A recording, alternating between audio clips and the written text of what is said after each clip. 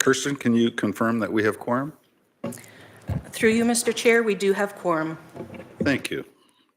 Let me call the meeting to order. Due to the ongoing technical restrictions at the city, our public meeting today is being live streamed on our YouTube account, and a recording will be posted on our website. All presentations and reports considered at today's meeting are available on our board's website, and members of the public can contact the administrative director to acquire the documents in an alternate fashion if they don't have access. A reminder to everyone that has electronic or any other tablets or devices, if you could just check that they're on silent, please.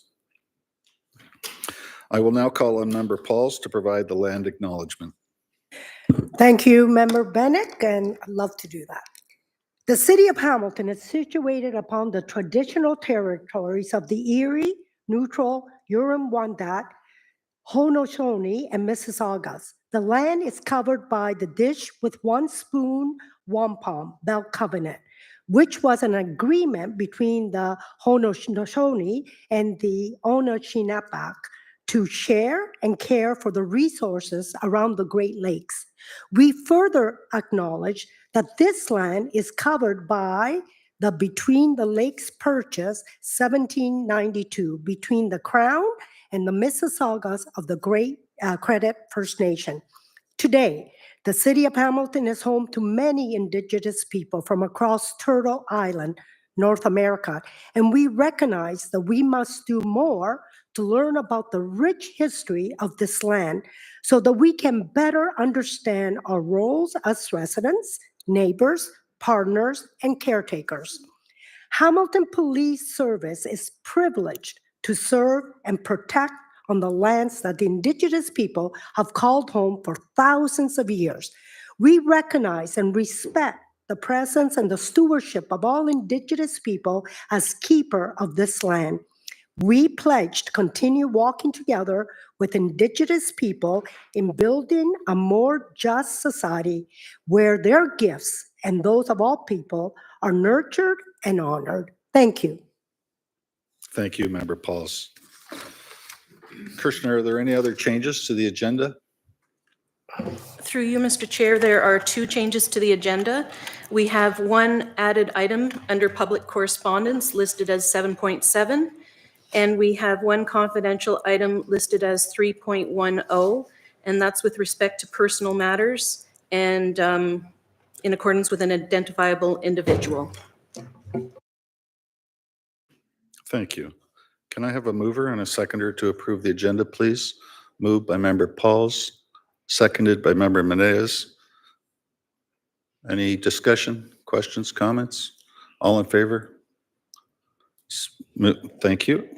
Approved. Are there any declarations or conflicts in the agenda? Anybody want to declare any? I hear none. Member of the month. Chief, can I call on you to introduce that? Thank you, Chair Bennett. And through the chair, I would like to call upon Manager Anne Heppelwaite and followed by Inspector John Pauls to highlight some amazing members of our service. Thank you. Good afternoon. I'm privileged to join you this afternoon to celebrate Records and Information Management Month. Thank you, Acting Chair Bennett and Chief Bergen, for making time on the agenda for me to share the work of my team of many teams. I'd like to take the time so kindly afforded me today to tell you about the teams that work together in the records and property branches of the Hamilton Police Service. Records are the documentary residue of our actions, and the records branch serves to assist the service in its routing, handling, maintenance, disclosure, and disposition of information within the service, between levels and branches of government, and with the other law enforcement agencies. 20 of our members work 24/7 on rotating shifts. They are available to patrol, PSO, custody, traffic, courts, other police agencies, and agencies like McMaster University, the Hamilton Wentworth Detention Center, the Ministry of Child, Community, and Social Services, and many others to answer questions pertaining to information that is on a multitude of local, provincial, and federal databases. The types of information that they assist with include stolen vehicles and property, missing people, tow tags, reports, e-trackers, and others. The records clerks are also commissioners of oath for swearing affidavits. 4 of our members are customer service representatives, serving members of the public at the records front counter. They provide cashier service for the entire service and also process police background checks. When demand is high, the records clerks that I just talked about also process police background checks. In 2023, we processed 35,370 police clearances, an average of 680 per week. This includes vulnerable sector checks, criminal record and judicial matters checks, and criminal records checks. 80% of those were done online and 20% in person. Police background checks operate on a cost recovery model.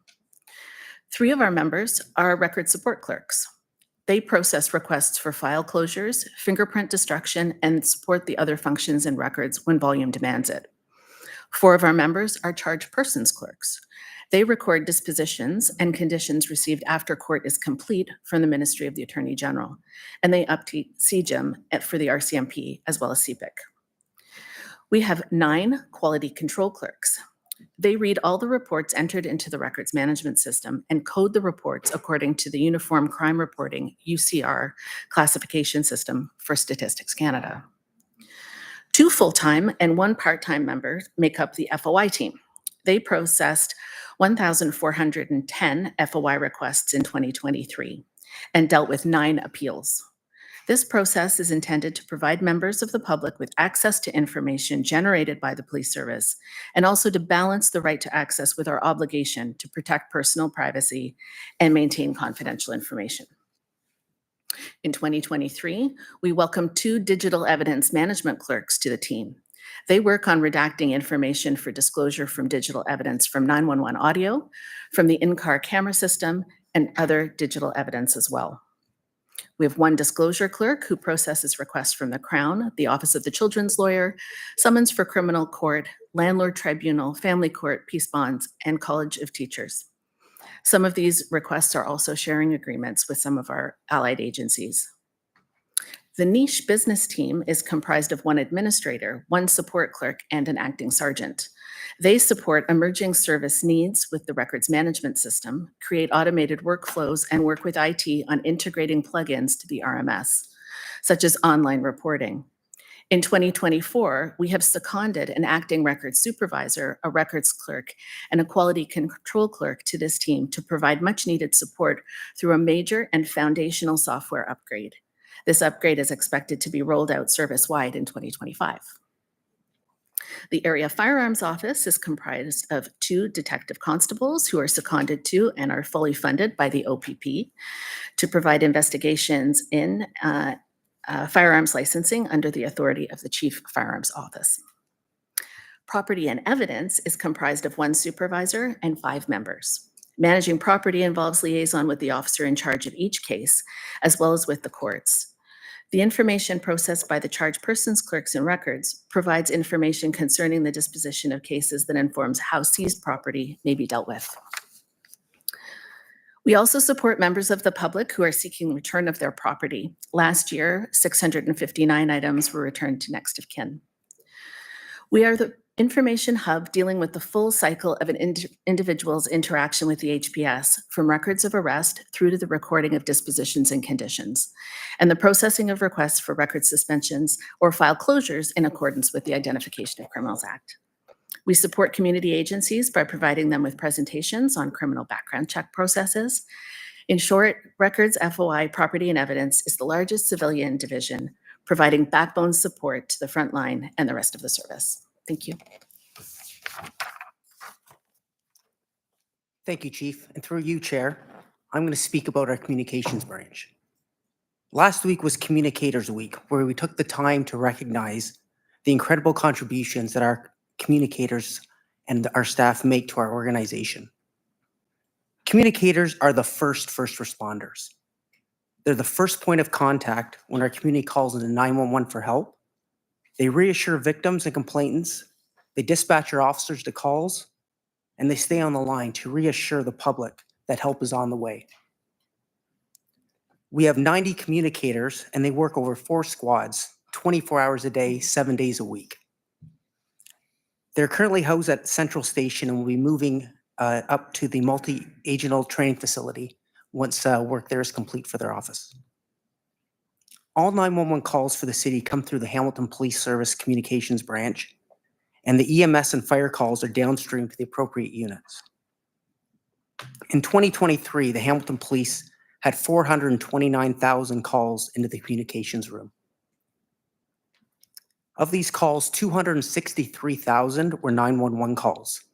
That averages out to 720 calls per day to 911. To put that into context, of those 263,000 calls, 4,200 were sent to the fire department and 63,700 were sent to EMS. The remainder required a police response. In 2023, we met our service level performance demand 83.5% of the time. This is measured by the number of 911 calls that are answered within 2 rings or 12 seconds. Our communications operators are cross-trained, meaning they both dispatch our police officers and answer calls from the public in the communications room. To be hired as a communications operator, you have to successfully complete a 20-week ministry-accredited course, which includes 6 weeks of academic training and 14 weeks of on-the-floor training with a training member. We are currently working towards a major upgrade to our system called NG911. This new system is mandated for services across Canada and is to be done by 2025. Currently, 95% of all calls that come into communications are from cell phones. Our current systems cannot cope with these demands and today's technology. Thus, this new system will provide us with more information about the call, the caller, and the location of the call to better serve the public.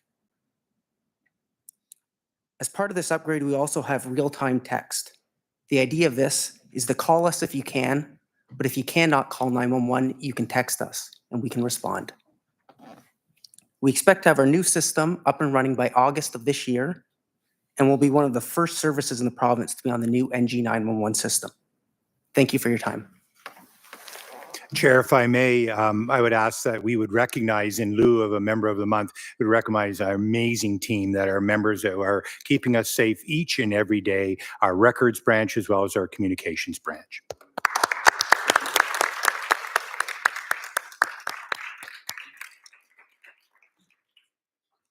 And on behalf of the board, please accept our thanks to both of you and express our thanks to your staff for this diligent work and a very important work. Thank you.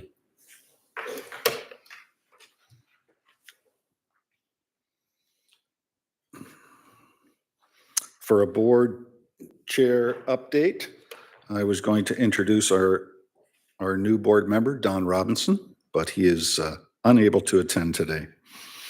Not much else really to report. The administrative director and I attended the Emmanuel House Hospice fundraiser on April the 4th. On April the 10th, I attended the Chamber of Commerce Outstanding Business Awards evening, and that's all I have to report in terms of what was done publicly. May I have a mover and seconder to accept that report, please? Moved by Member Menez, seconded by Member Horvath. All in favor? Approved. Thank you. Chief? Thank you, Chair Bennick, and through the chair. We are pleased that the selection process for the Community Advisory Panel for the Race and Identity-Based Data Strategy is underway. Thanks to the leadership of our Manager of Analytics, Chloe Nitre, and Inspector Jim Callender for all their work in getting us to where we are today. The Community Advisory Panel will provide perspective on the collection, analysis, and reporting of race and identity-based data collected by the Hamilton Police Service. Representatives will be drawn from Hamilton's Black, Indigenous, and racialized communities with relevant experience, academic background, community advocacy, and lived experience. A selection panel made up of community members, academics, and 2 HPS civilian members are in the process of conducting interviews for the Community Advisory Panel. We are pleased to have announced and to have received 39 amazing applications from a variety of backgrounds, with 16 candidates making it through to the interview process. The panel will be made up of 8 community members. The final panel will be selected by the end of this month. The RIBD strategy is focused on understanding and addressing police impact on racial inequalities, including differences in outcomes like use of force among racialized groups, internal policies, and training and practices. A little bit later in this meeting, you will hear the 2023 hate crime report. We know the impact of hate and bias occurrences is felt throughout the entire community. These occurrences undermine victims' feelings of belonging, safety, and well-being, and instill fear across our community. It is our collective duty to confront hate. By collaborating, we can ensure a coordinated response to support victims and tackle the underlying cause of hate. Together, we have the power to affect change. HPS conducted a series of focus groups with diverse communities affected by hate.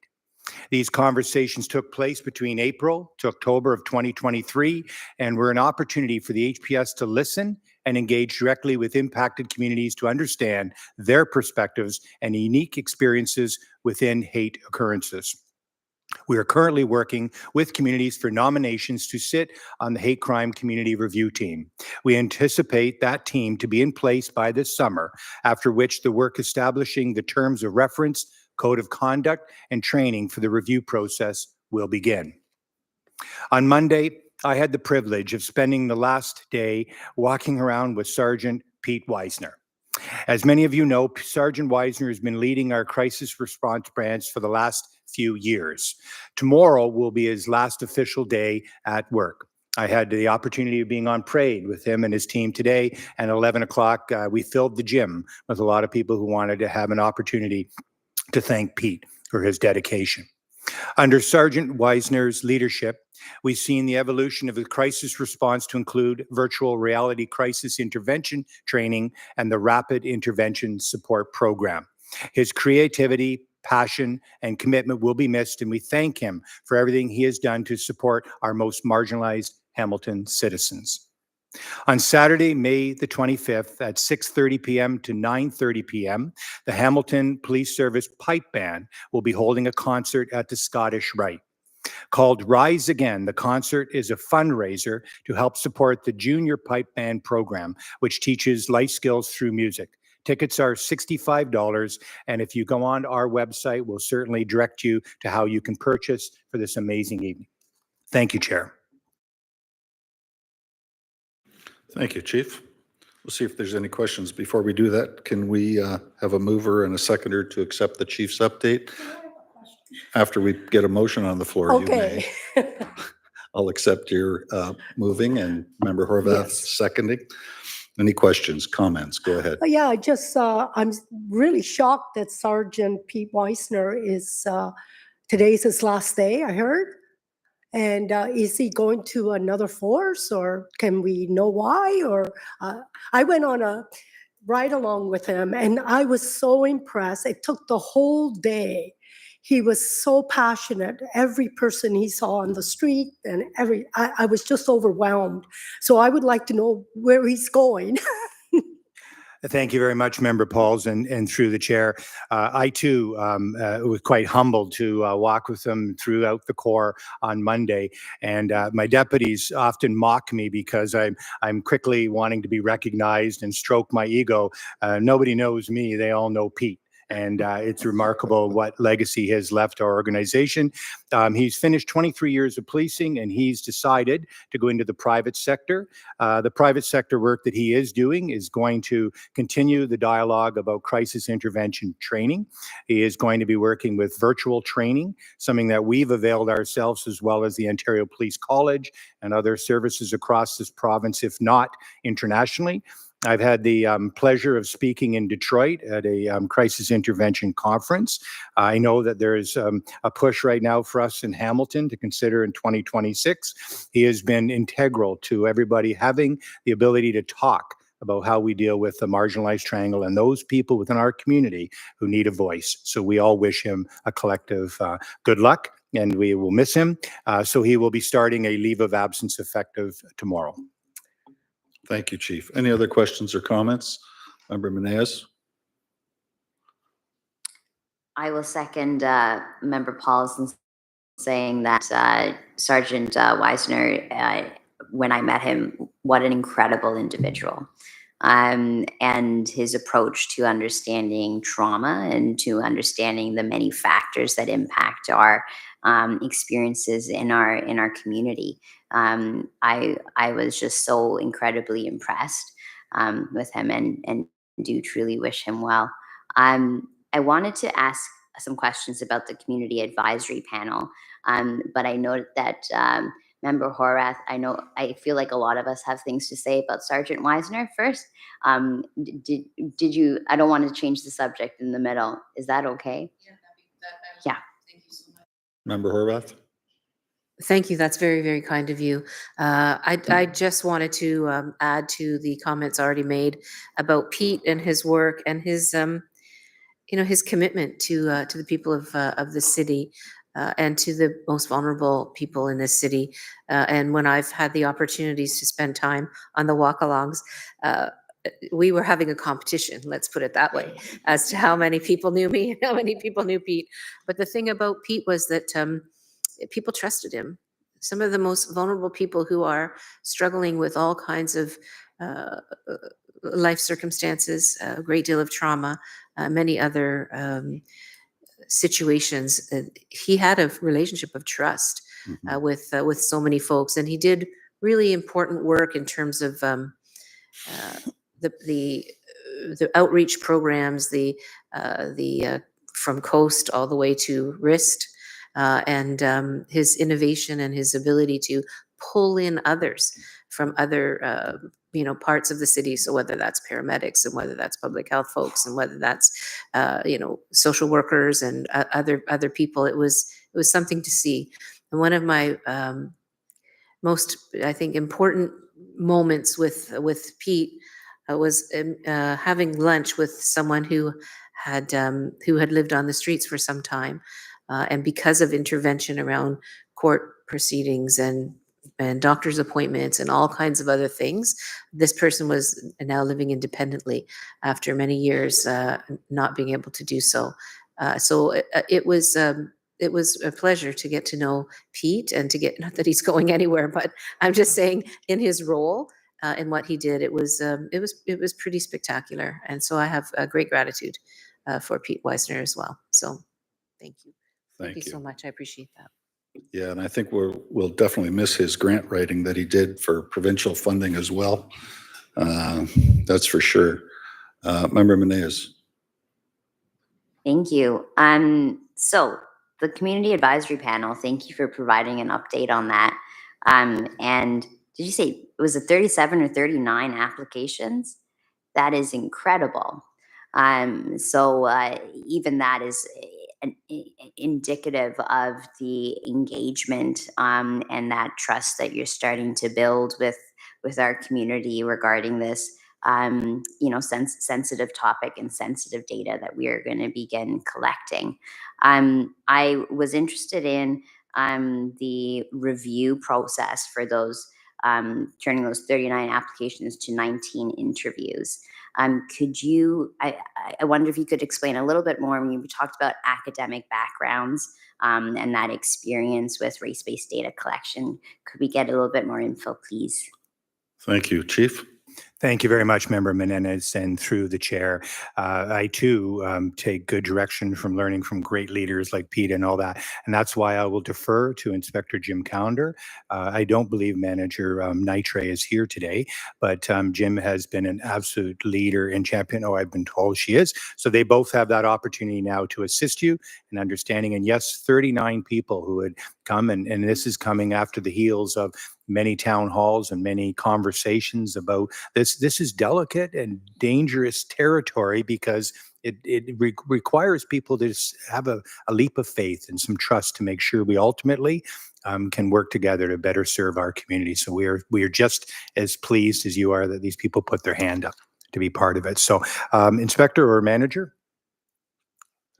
Thank you. And through you, Chair, I just want to clarify the definition or your question around academics, just so I can give you a better response. So would you mind repeating the question? Yeah, I was just the words that stood out to me when Chief Bergman was describing the review process, Yep. and that individuals with academic backgrounds and lived experiences. And I just wanted a clarification. What do we mean by academic backgrounds? Like, what kind of field of academia? What kind of experience or training? Was it with statistics? Is it with critical race theory? Is it with sociology, anthropology, religious studies? What do we mean by that? Thank you. And through you, Chair, we are looking for an academic background, as you've mentioned. There's no prescription as to what types of academic background. We're looking at from a holistic lens, but we're really relying on our selection committee. We have 2 academics that are sitting on that particular selection committee. So we're looking to them to provide us with some guidance too around how we want to take this. So we have had applicants who have conducted their PhD and variety different research fields. So we're looking at that, but we're also looking at people with lived experience. So there's no scientific, there's kind of an art to it with the selection committee. So I hope Thank you. that answers your question. It reminds me of that meeting we had on Upper James at the Yes. whatever hotel that was. There was a tremendous amount of energy there that was generated, and thank you both for your leadership in this area. Thank you. Okay, any other questions? One more. And thank you, Manager Nitri, for that clarification. I just wanted to make a quick comment there that like academia is broad, and I explore the collection of race-based data in terms of my own work, and so when it's important that we are thinking about holistic applicant reviews, because a standard like flow chart approach, differentially impacts diverse candidates. However, when we're talking specifically about the collection of data, about the reporting of numbers and statistics, that academic background in actually understanding both statistics and the sociology and critical race theory and critical theory of understanding how we interpret statistics are essential, and so just ensuring that we are thinking about not just who visibly would be important on having on that advisory panel, but also who specifically has the experience in the specific kind of data set that is going to be collected, if that makes sense. So I appreciate your work. Thank you. Thank you. Thank you for your comment. So we have a motion on the floor to accept the chief's update. All in favor? Opposed? Carried. Thank you. And now we'll ask the administrative director for her verbal update. Kirsten. Thank you. And through you, Chair, I'll give you just a quick rundown on what I've been working on. I've been preparing and getting ready for the OAPSB Zone 4 meeting next week in Niagara-on-the-Lake. For those of you who don't know, I'm the administrator treasurer for this group. Zone 4 has a new chair leading the group, and we hope to both make some changes as to how the meetings are run to improve attendance and participation. With regards to the new CSPA Act being in force, I've finalized steps required for the board to appoint and reappoint special constables, including McMaster special constables with the service. I'm continuing to work on drafting policies for future board consideration relating to this new act. I'm preparing research and recommendations related to the board being required to adopt their own diversity plan under the CSPA. And I can confirm that all updates required to be made on our website have been completed. For example, posting all of the new policies, special constable complaint forms, and other documents. There's a few special projects I'm working on at the moment. I'm drafting a document that will track all reporting requirements and annual tasks related to the board. So this document may in fact become a much larger initiative in which I can incorporate deadlines and reports that the service brings to the board, and may incorporate a wider plan to include annual conferences, training requirements, and other tasks that have certain timeframes attached to them, such as the chief's performance evaluation. I'm in the process of drafting a board budget for the board, which is due to the service at the end of May. I'm working with eScribe on the rollout of an upgraded software system for the board, which should occur in the next few months. There should just be a few changes. It's more on the back end where it'll be Lucia and I doing a little bit of extra work. I'm also developing a prospective education plan for members over and above what is required under the Act.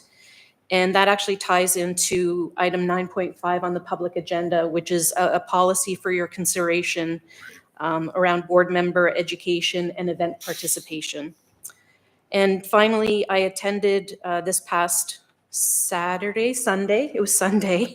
the Hamilton Police Retirees Association luncheon. That was on the 20th, and I gave a short speech on behalf of the board. Wonderful.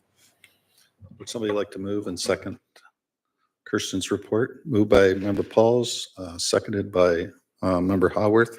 Any questions or comments? Member Pauls? I'm just overwhelmed. All the things you do.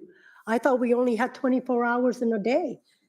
I just want to say thank you, Kristen and Luciana, for all you do. I really, as you're reading that, I thought, where is the time, you know?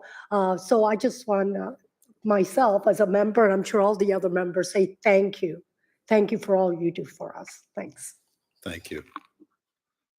Yes, thank you both for your work. All right, ready to vote on receiving her report? All in favor? Opposed? Carried. Thank you. 6.1, minutes of March 28. Somebody like to move and second that motion? Minutes moved by Member Meneas and seconded by Member Howarth. Questions, comments, spelling mistakes, pronunciation? I'll never learn that. Ready to vote? All in favor, raise your hands. Opposed? Carried. Thank you. 7, correspondence. You've all had a chance to have a look at it. Can I have somebody move and support the motion to receive the correspondence? Member Pauls, Member Meneas, thank you. Questions, comments? Member Pauls? I don't want to do all the talking today, but I just want to point out 7.1. London Police Service Board news release. Trina McSween named Deputy Chief of London Police Service, April 11, 2024. When I read that, I thought, wow, I would like to take an opportunity to congratulate, first of all, the new Deputy Chief of the London Police.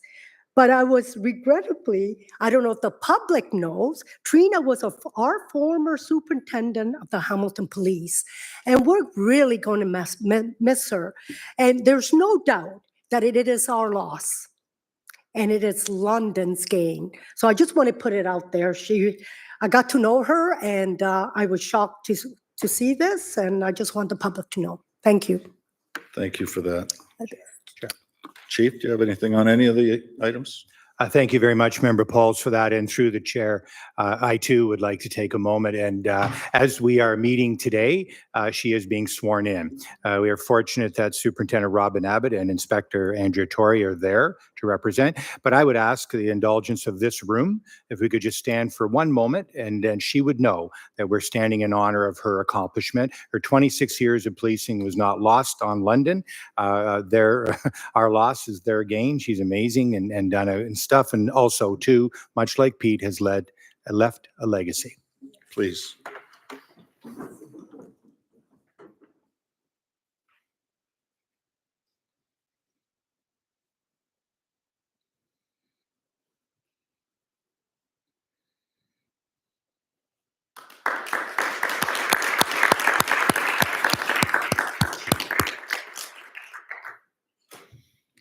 Thank you, Chief. Any other items in correspondence that you'd like to comment on? Yes.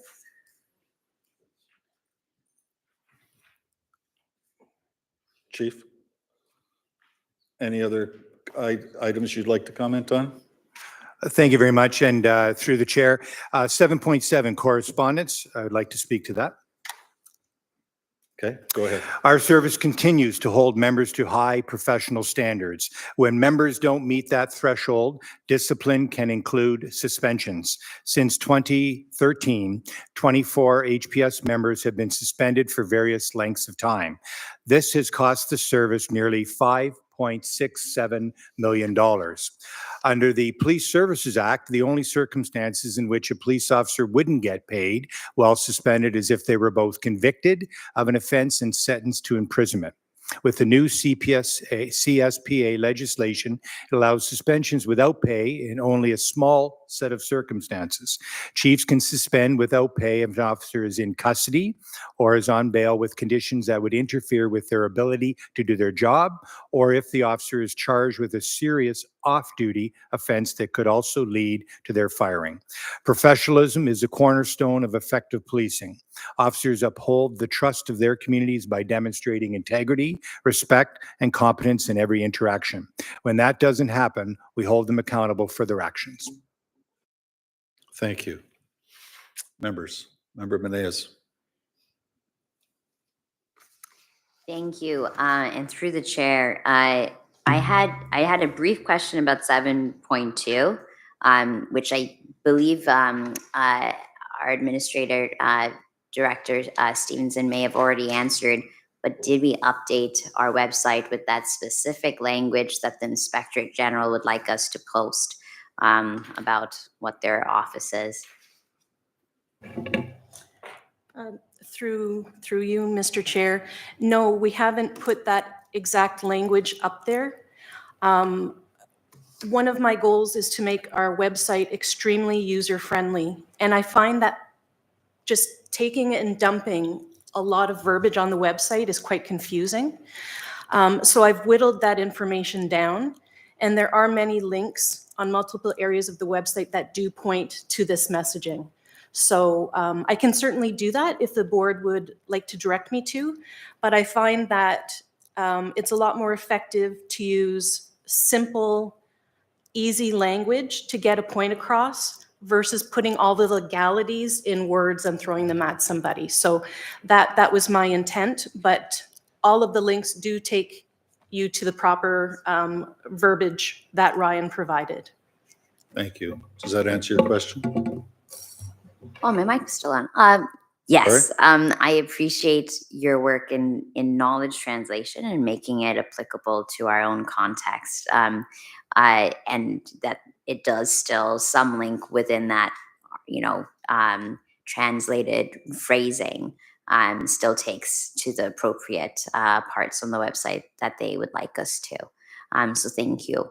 I have a question about 7.7 as well. Please go ahead.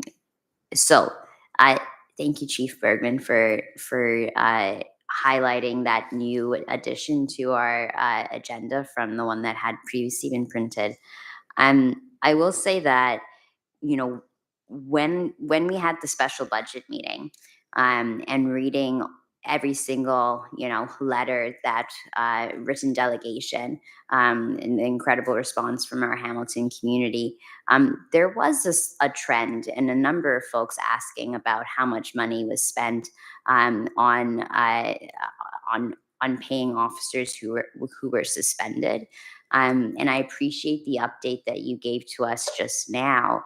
I will say that when not on the budget committee and when we were reviewing the budget, that information was quite hard to find. And certainly from this correspondence and the written delegations from the budget special budget meeting, I think that I would like to propose or explore the idea of regularly and clearly reporting that figure, that amount of money that is spent on paying suspended officers, because it is clearly of interest to our community.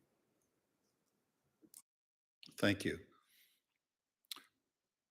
So I think we need to articulate exactly what that means and put that in an upcoming budget. Kirsten, can we ask you to work on that before our next board meeting? Would that be acceptable to you? That way we can get all the nuances clear. Member Horvath? Thanks. I wouldn't actually mind if we because the laws changed, right? Because now the chief is getting a different kind of mandate around the suspensions with or without pay. It might be helpful for the board to understand not only the cost, but the kinds of things that the chief is using this new authority to make those decisions on. And so I think that might be private and confidential because it's actually people. So the money might be as a lump sum, something that can be easily provided, but there might be an opportunity in camera session for the chief to update us on how the implementation of this new role is, or these new powers, I guess you'd call them, are Got the being whole implemented. package. Yeah. Everybody good with that? We can agree with by consensus, Chief? Thank you very much, Member Menendez and Member Horwath. Thank you very much for this is an important conversation. And yes, we felt we needed to speak to it as it had been public, and it is a conversation that's occurring across the province. This is not my role. It's not my role. I don't believe it sits within the budget deliberations. However, it's a consideration to understand that the community and our boards and services quest to always educate our community. I would recommend that it becomes part of our professional development update, which is an annual report. And that professional development update would be in September of this calendar year. And that would then be before the budget deliberations, so that they would be an informed board and public that would know what that impact of this legislation is. And I would remind you as well, is that the conduct of members and discipline of members is clearly articulated within the Act. And as such, that legislation is what will base it. It does not always equate to an understanding it, that there is a cost to that, but it sits within the parameters of what is collective agreement, what is understanding, and what is right to be able to also look after our members correctly. Thank you. So yeah, there is a little bit of movement, but probably not as much as the public or we would like to see. Chief doesn't have that much ability, but Member Pauls? I just want to understand it a little bit more. If someone is suspended and now you have the power, let's say, to say you're not going to get paid, do we replace that officer? So there wouldn't be any money savings, would there? Like, I just want to understand how it would work. Chief? Thank you very much, Member Pauls, and through the chair. At this particular time, we do not do an automatic backfill for a member under suspension. A suspension affords them the opportunity to have a path through the court system or whatever other areas, as well as we would then fall back on whatever legislation, what used to be called the PSA, where we then were looking at a tribunal or other things. So this is just part of a process. So at this time, we are not seeking a backfill for members under suspension. Thank Thank you. you. Any other questions or comments on the correspondence? Member Horvath? So I don't want to beat a dead horse, nor do I want to talk about horses, but but I do, I do wonder, and it's kind of trying to get my head around whether the board has any role whatsoever in terms of the implementation of this new policy. And it seems to me that it's really the purview of the chief. And so the board's role to put policy together, which is where I was headed, might not be actually appropriate in this particular instance. And if that's the case, then that's fine, as long as we all have a sense of that. But certainly reporting back and getting a report back on the things that we've talked about would be very helpful. Yeah, we want to stay in our own lane for sure. Chief, do you want to comment on that or no? Thank you. Yes, Member Menendez. And I agree. And so like my line of thinking was a policy on what it is that we are reporting. Right. So that we have that clarity. Thank you. Okay, we have a motion on the floor to receive for information the correspondence 7.1 through 7.7. Ready to vote? Not ready to vote? I have one more question. Okay. Thank you, Chair. I had a chance to go through it more thoroughly, so I had a couple of more questions. I hope you don't mind. 7.4, it says all chief mem Ontario Immediate Family Wellness Program. I have a question, but I am pleased to learn that the Minister of Solicitor General is investing 3.18 million over 3 years to implement the Ontario Immediate Family Wellness Program support to mental health and well-being of families of provincial adult correction employees, paramedics, emergency health services, and police public safety personnel who are killed in the line of duty or who have died by suicide. These wraparound service, including grief and bereavement consulting and individualized care plans, will go a long way in providing a vital support for mental health and well-being of family members who have lost loved ones. My question is, through the chair, is whether the Ontario Immediate Family Wellness Program is replacing an existing program, complementing other programs, or whether this kind of support is new. Chief? Thank you very much, Member Pauls. And I'm not going to speak to whether or not the ministry sees it in a long game and replacing other things, but this is indicative of how the ministry has recognized specifically within policing the toll of a career. And in this particular case, the goal is to ensure access to immediate wraparound services through their grief and bereavement counseling for families of, again, police officers who have lost their line of duty or through suicide. I would like to take the opportunity also to acknowledge that President Jamie Bannon is in the room, members of our HR team, and our commitment to reintegration and the wellness program and support. This is a welcome announcement from our province, who is also committed to making sure even long-term plans of even facilities at all to support those that are victims of PTSD or the ultimate collateral to years in serving our community. Thank you for that. Thank you. You said it, you had a couple of questions or just the one? No, that's fine. That's it. Thank you. Thank you. Okay, are we ready to vote on receiving the correspondence for information? All in favor, raise your hand. Opposed? Carried. Thank you. Could I have somebody move and support the consent items 8.1 to 8.5, please? Member Horvath, somebody support it. Member Menez. Questions, comments? Sorry. Yes, Member Menez. Go ahead. Thank you. I had one question for 8.1, one for 8.2. We'll start with 8.1. That's the auction account request for support. Some really great community events that are being highlighted there. But just a clarification for the wider Hamilton community. I think I had asked this question before about like how can any member of the community contact our board and ask for similar support or donations? And do we accept like the ones that are in our agenda? Are those all of the ones that are submitted, or have there been ones that have been declined? Because I haven't seen one being declined, which is sort of like a heads up for everyone in the community, but just so we can understand that process. Kirsten?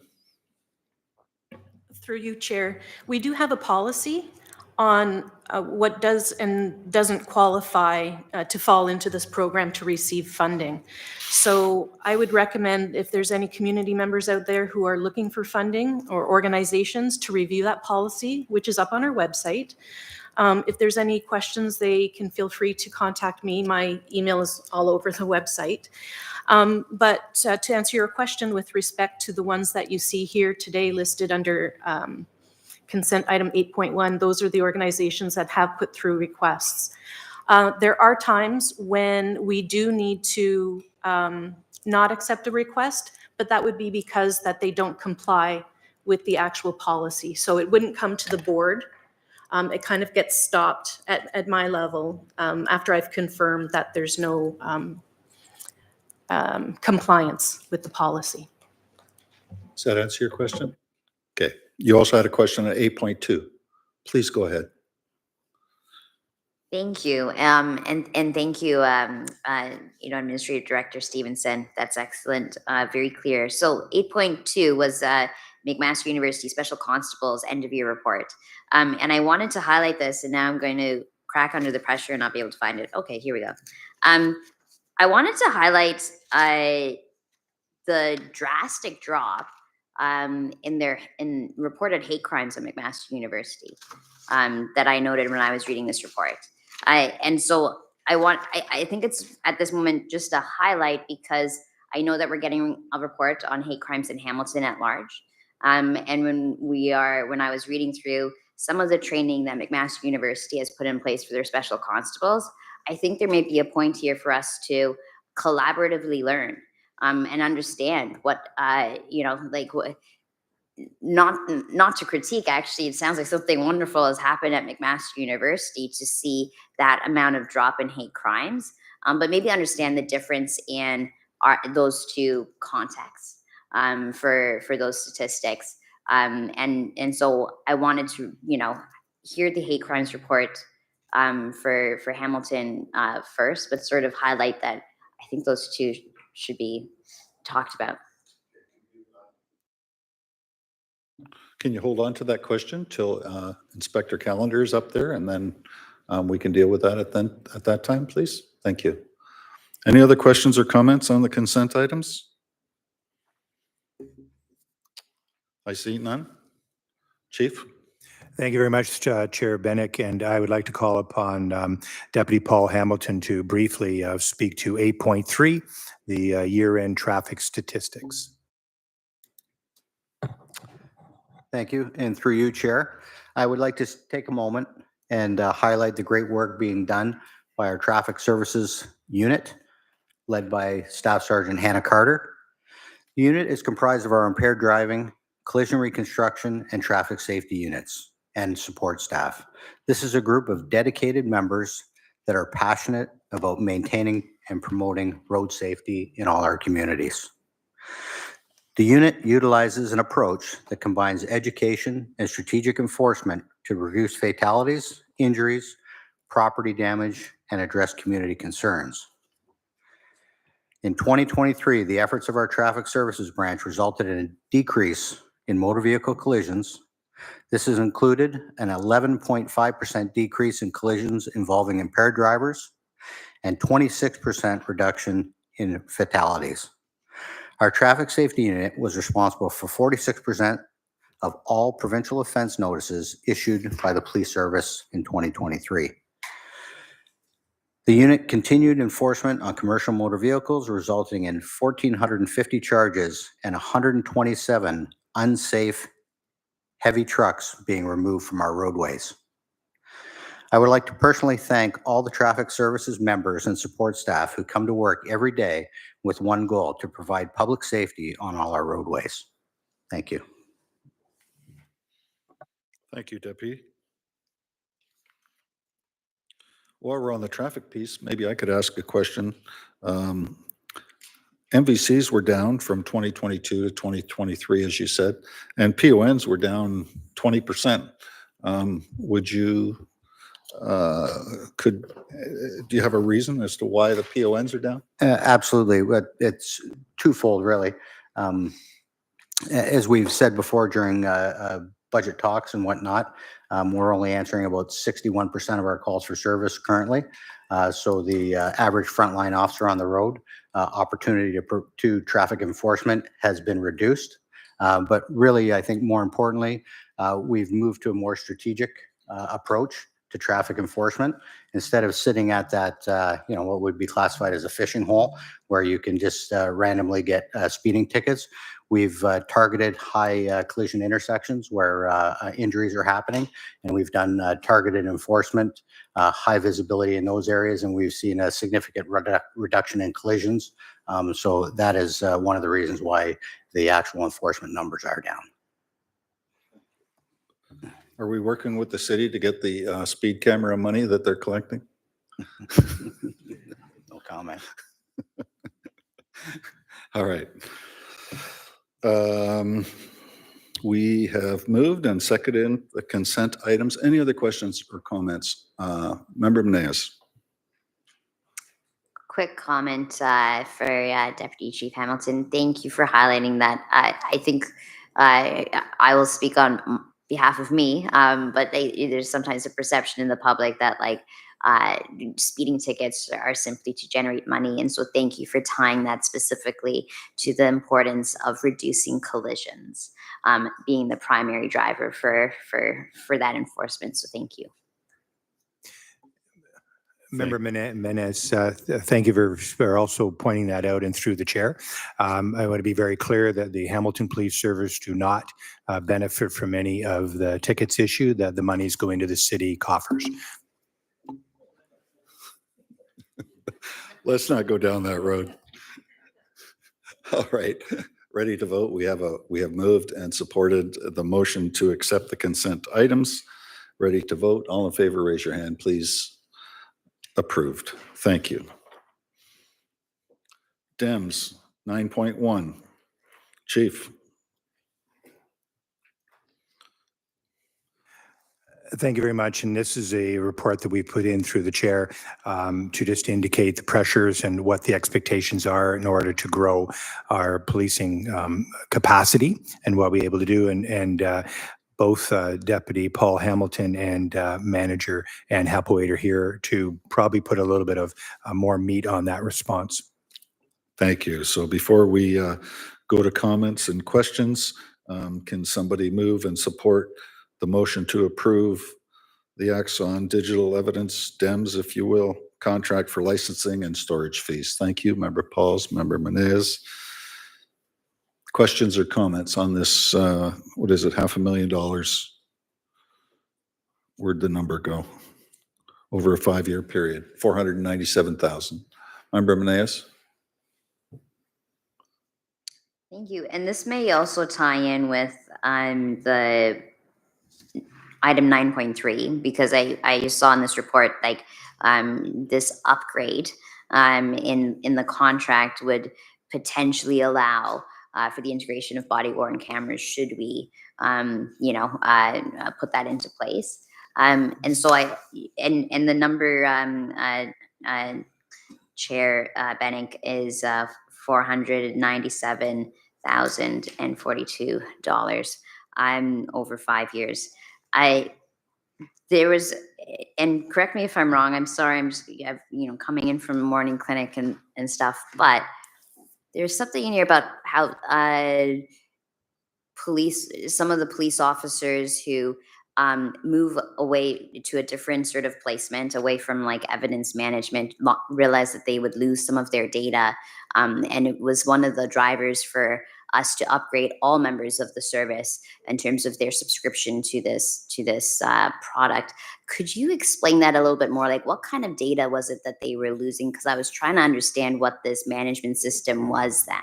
Okay, so let me just be clear. You really have two questions. One is, how does the storage relate to 9.3?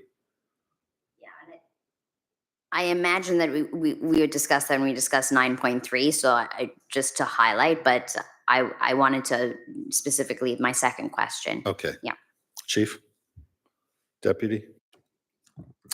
Thank you, and through you, Chair. The digital evidence management came in 2021.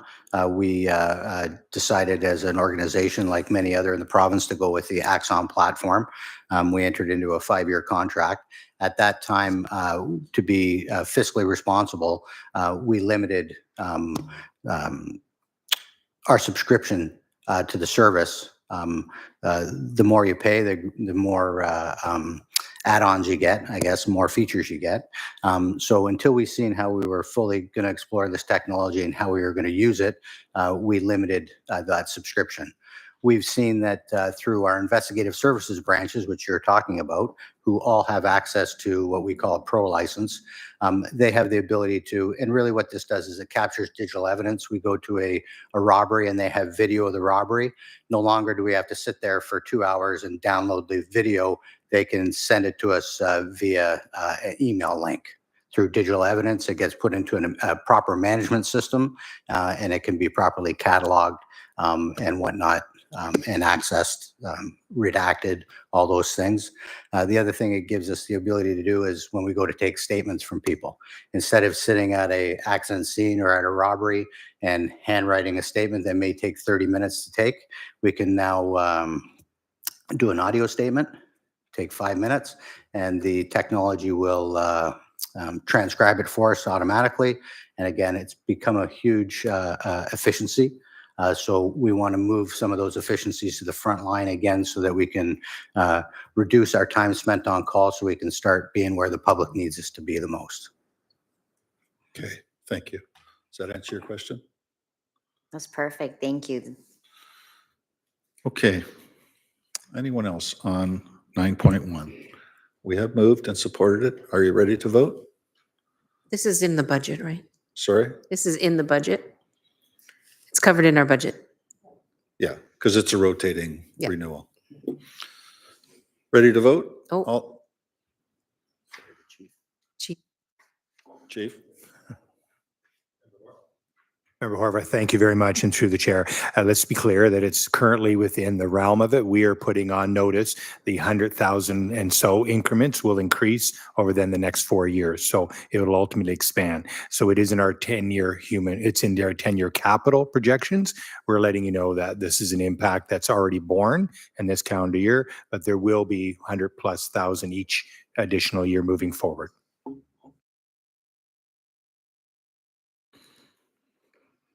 Okay. Motion is to approve the updated system for licensing. Ready to vote? All in favor? Opposed? Carried. Thank you.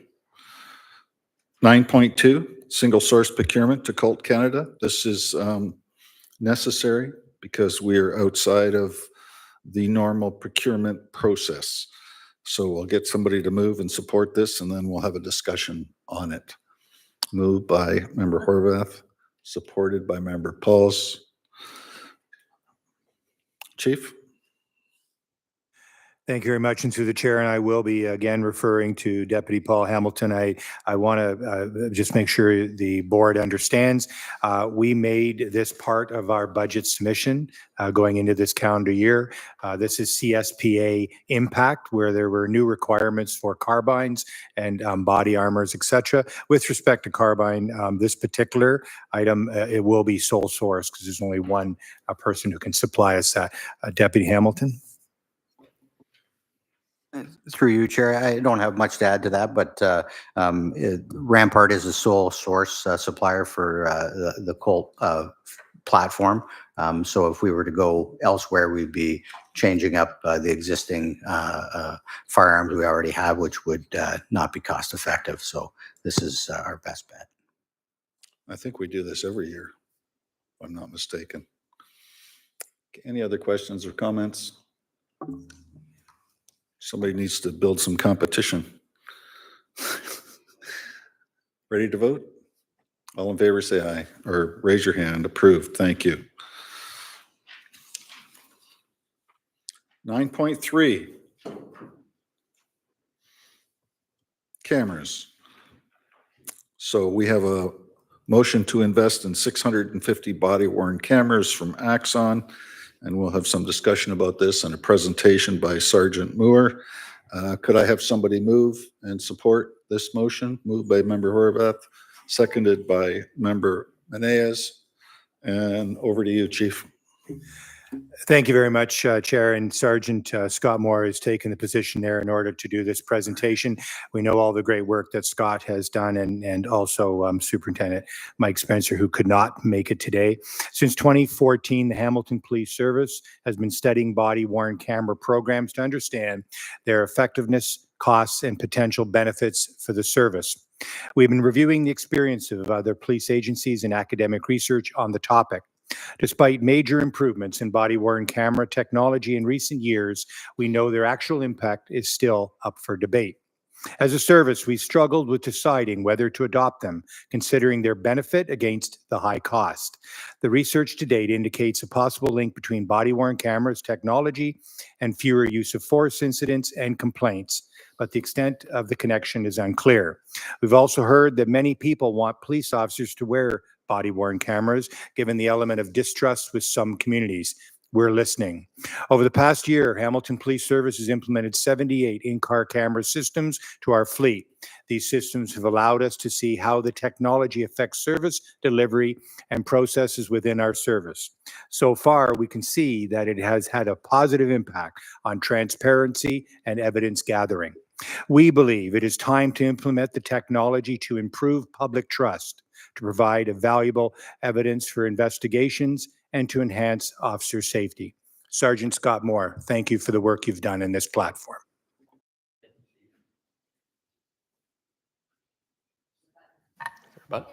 There we go. Thank you. Thank you, Chief, and through you, Mr. Chair. I'm here today to present on the in-car camera report and also a body-worn camera review for the service.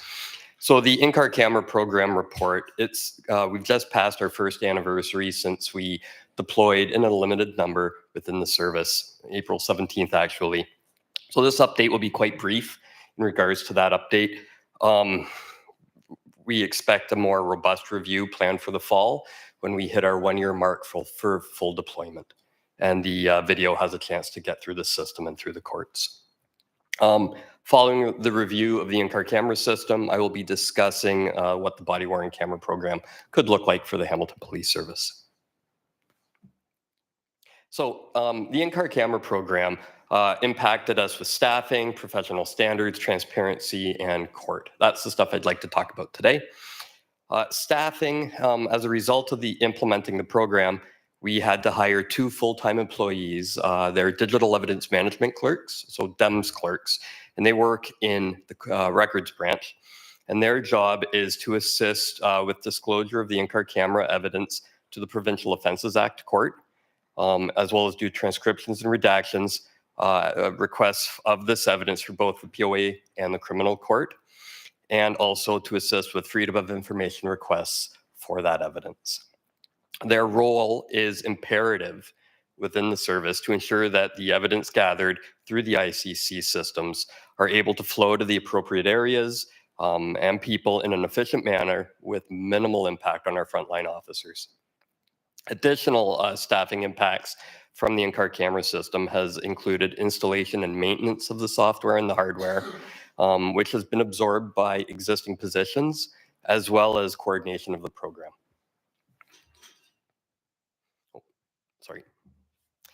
So transparency. Let's talk about professional standards. Sorry, my notes got messed up here. So as of March 26, 2024, there have been 8 incidents where in-car cameras footage were used for investigation of members' behavior, with 1 resulting in disciplinary actions being taken. It is expected that as the use of the technology increases, the statistics for this technology will also increase.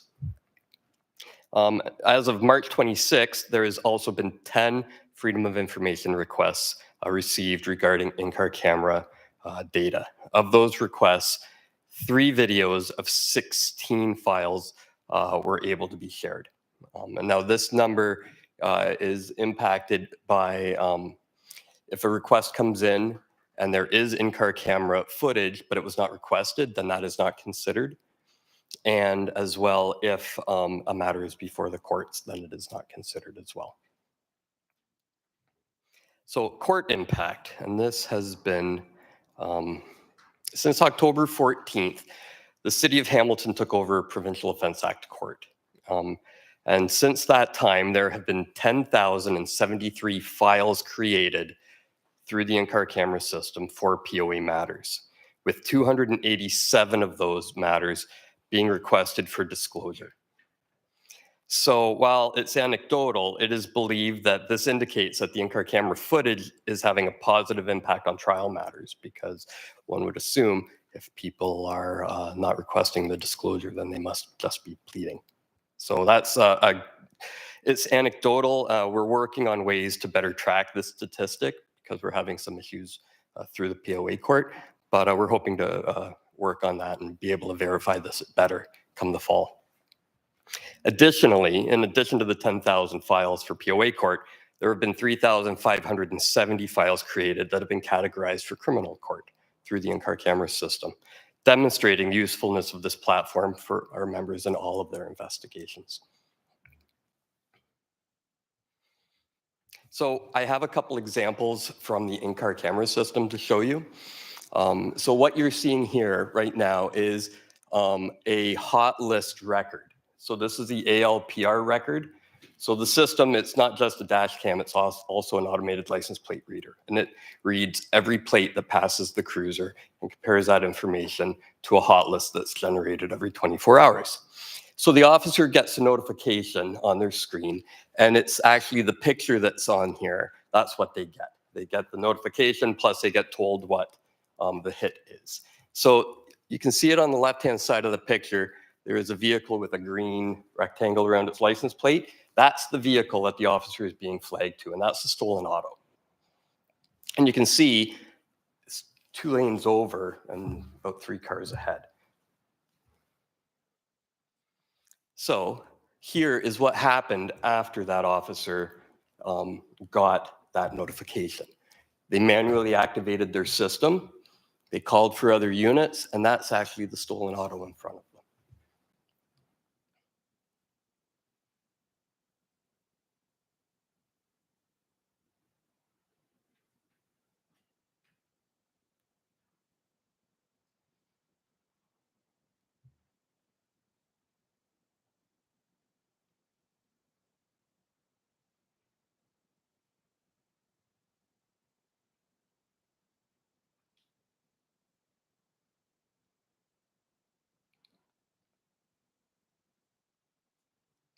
So this footage actually was helpful in receiving a conviction for this possession and stealing of this automobile.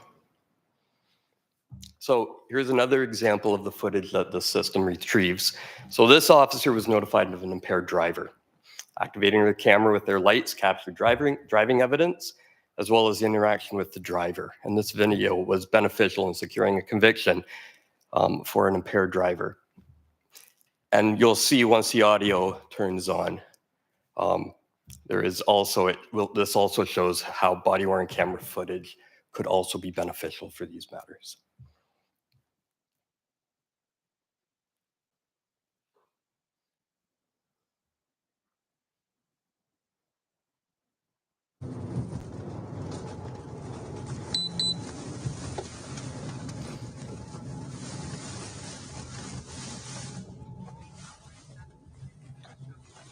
He says he parks it out front of the building.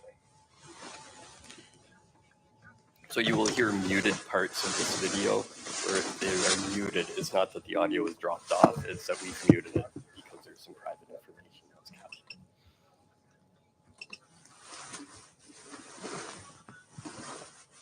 It says out front, but I don't think it's actually in a front spot. 2424, I've got that vehicle stopped. Marker when you're ready. Go ahead. Bravo.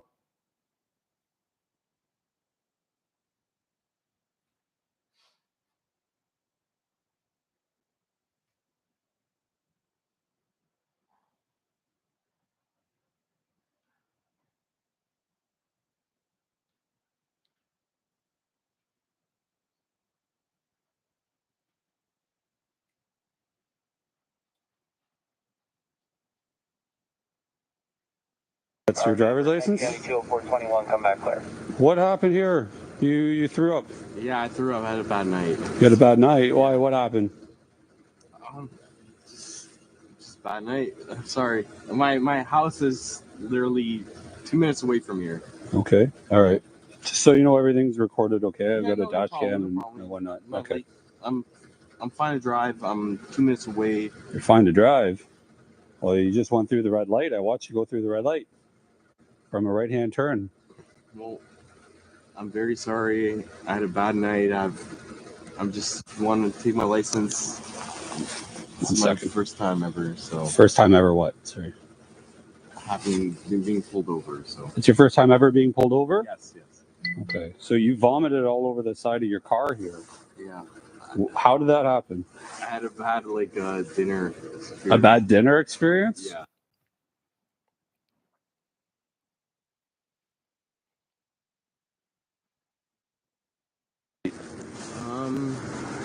2 beers, 2 pints, 2 beers? 2 pints. 2 pints? Yes. Okay. When did you have the last drink? About 3 hours ago. 3 hours ago? Yeah. Okay. All right. And where are you coming from? Toronto. Toronto? You drove all the way from Toronto? Yes. Okay. All right. So you've had 2 beers, 2 pints? 2 pints. Okay. And you're just on your way home here? Yes. I'm Okay. literally less than a minute away from here. Yes. Yes. All right. Well, I know what you mean. I know what it looks like. You can do breathalyzer or whatever. It is what it is, you know.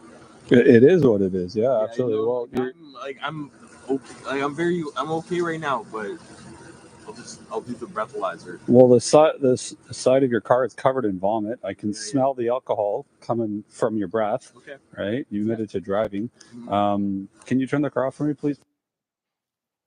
So as I said, that video was successful in obtaining a conviction for the impaired driving, and a body-worn camera would certainly have benefited there. You'd have seen more closely the interaction with the driver, plus the side of his vehicle, which apparently was covered in vomit. So anyway, so that takes me into our next topic of conversation, which is body-worn camera program for the city. So considering considerations for this program and speaking with other agencies that have deployed body-worn cameras and with the lessons we've learned through the in-car camera deployment, it was determined that personal issue of the technology was the best practice. So when considering the totality of the program for the service, we identified 633 positions that would require a unit. This includes frontline officers, traffic safety, community mobilization, and crisis response positions. In order to ensure adequate coverage and to allow for additional units for call-ins, 650 units would be needed. The service would also require an additional 5 DEMS clerks to the 2 that we've already hired to handle the amount of data and video that would be generated by the technology to ensure proper disclosure to the courts and FOI requests. And it seems like that might be a lot, but that is the experience that the other agencies have gone through, that they needed to make sure that they had a lot of back of house support to handle the amount of data that comes in from these cameras. So in addition to that, an IT support member would be needed to ensure that members were able to use a technology with minimal impact, and a program coordinator would be needed to ensure the program worked properly. So let's talk about what the cost breakdown is. So hardware and software is $11.75 million. And what that is that's the cameras itself, as well as there's a streaming feature. So just like the dash cams where we can stream back into the station. So if we have a command center going, we can live stream the cameras as well back to the command center. It also includes the digital evidence management licensing. So what you guys discussed in 9.1, that contract would actually, if we went with the body-worn cameras, that contract would be absorbed into the body-worn camera contract. So if you look at it that way, the 11.75 million is including the 4.5 over 5 years that the DEMS contract is. So that brings it down actually to about 7 million without that. So the software and hardware also includes what's called the refresh program. So at the 30-month and the 60-month period of the contract, the service would receive new equipment. So the body-worn cameras would be returned back to Axon and there would be new cameras issued to the service. That way, because they degrade over time. So there would always be a fresh set of equipment every 30 and 60 months for the contract. So we'd be getting 3 sets of cameras in effect. So then from there, we go to the workstations and the computers and the employees. So you can see over 5 years, it's 15.4 million Breakdown of year 1 is 3.8, and then year 2 through 5 is 2.8.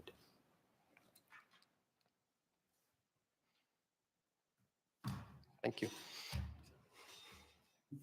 Thank you very much. So let's get into it.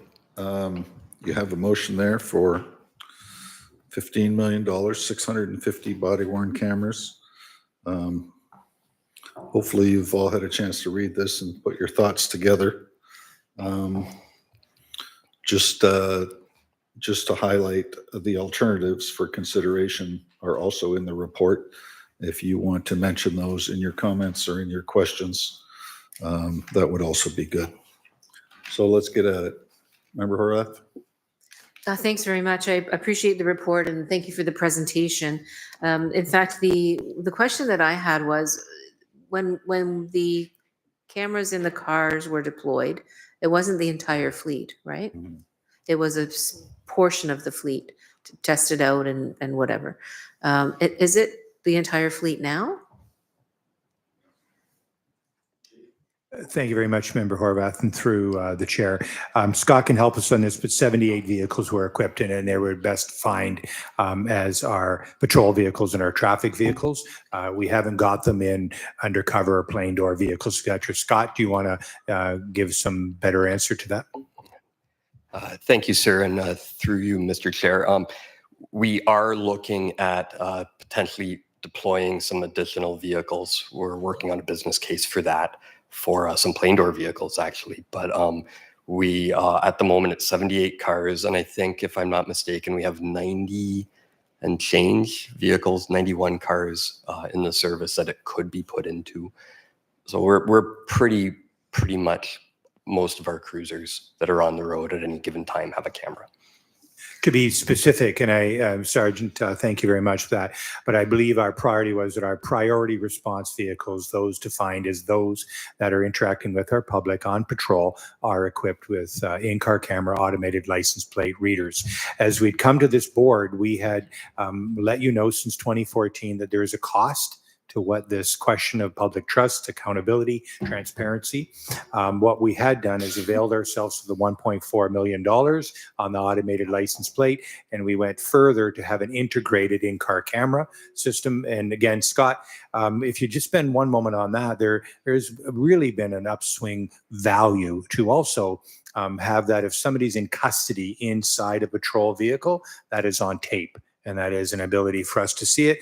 And in what we've seen in neighboring jurisdictions, in our neighboring police agencies, in some cases that is actually found on camera, someone trying to further conceal contraband, drugs, etc., or weapons. And in our particular case, we haven't had that issue, but we are finding that it's very helpful to have the in-car camera and also, as you saw, the investigative tool of the automated license plate reader.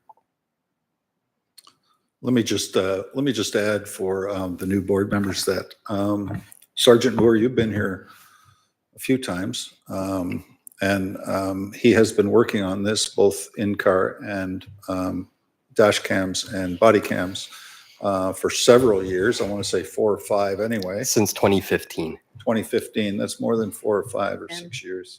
And so we have heard, this is at least my 3rd report from you. Things have changed.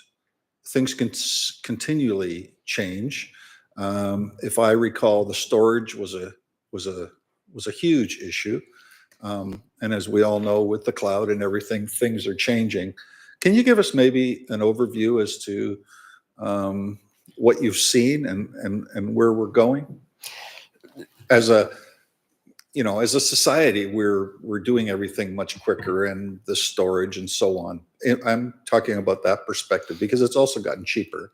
Well, not that 15 million is cheap, but can you just share with us a little bit?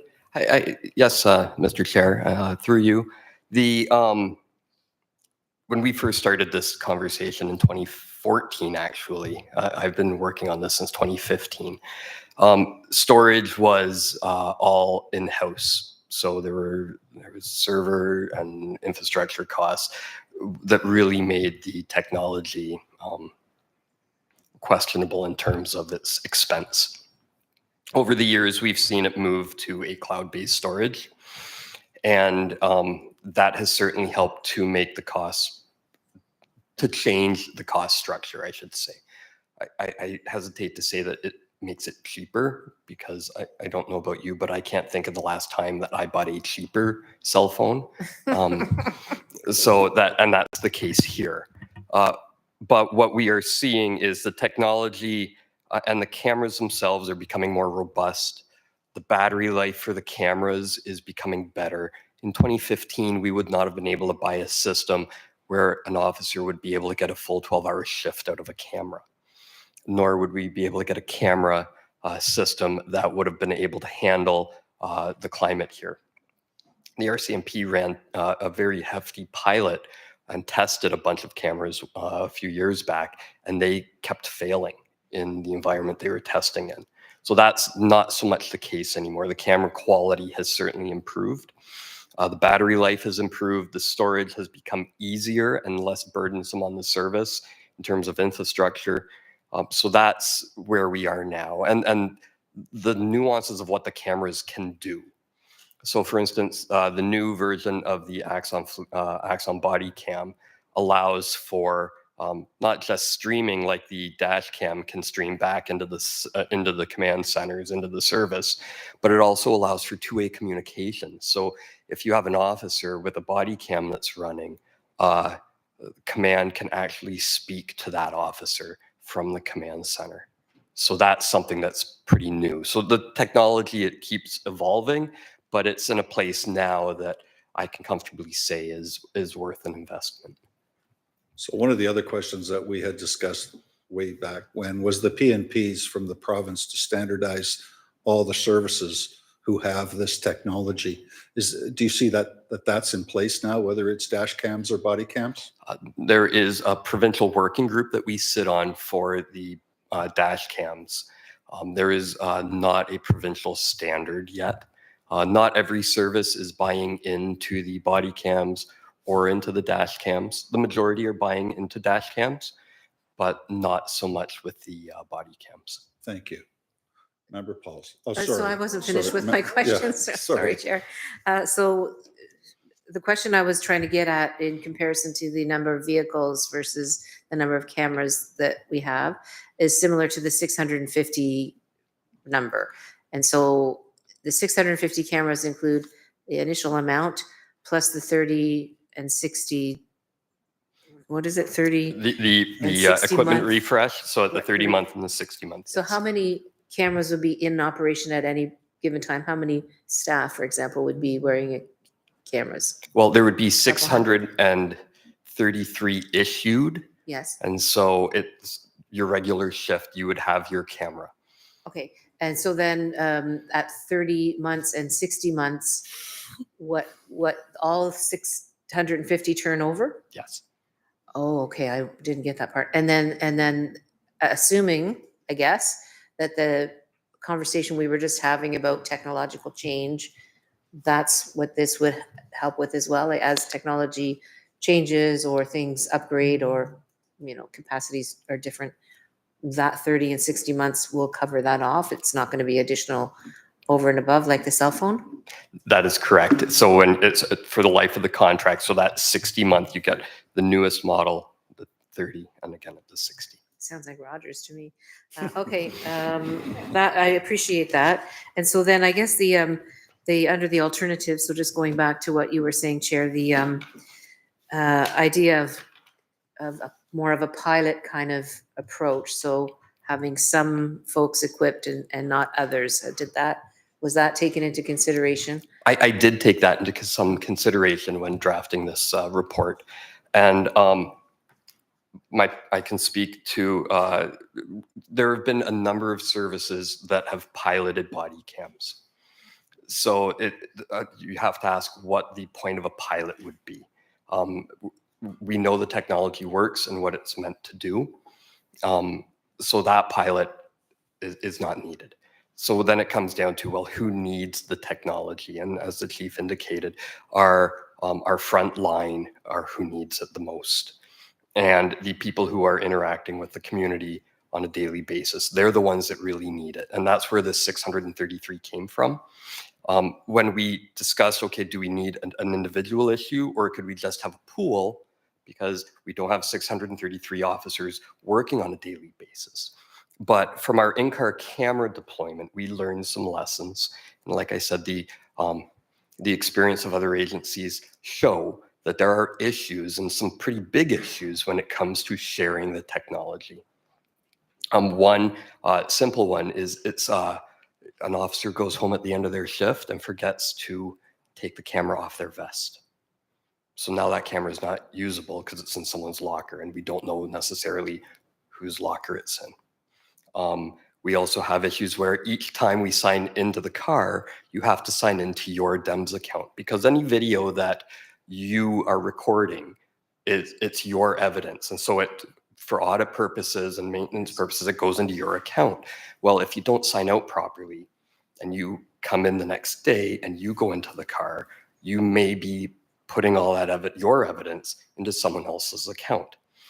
So that becomes that much more problematic when it's a body cam, because there's so much evidence, and so finding it can create some huge logistical issues. Yeah, that makes a lot of sense. Just with your indulgence, I have two more questions. One might Please. not be appropriate, so I'll look to you for that to judgment. The question I had when the chief was explaining who would most benefit from the body cams in terms of the service, the various kind of groups of folks that would be using the cameras in their interaction. I think that she mentioned something about special, I can't remember. Can you repeat, Chief, what you said? Do you recall? What here's what let me just say what I'm worried about. It's an easier way to do it, I guess. We talked earlier about Pete and about some of the most vulnerable folks and folks facing trauma and those kinds of situations.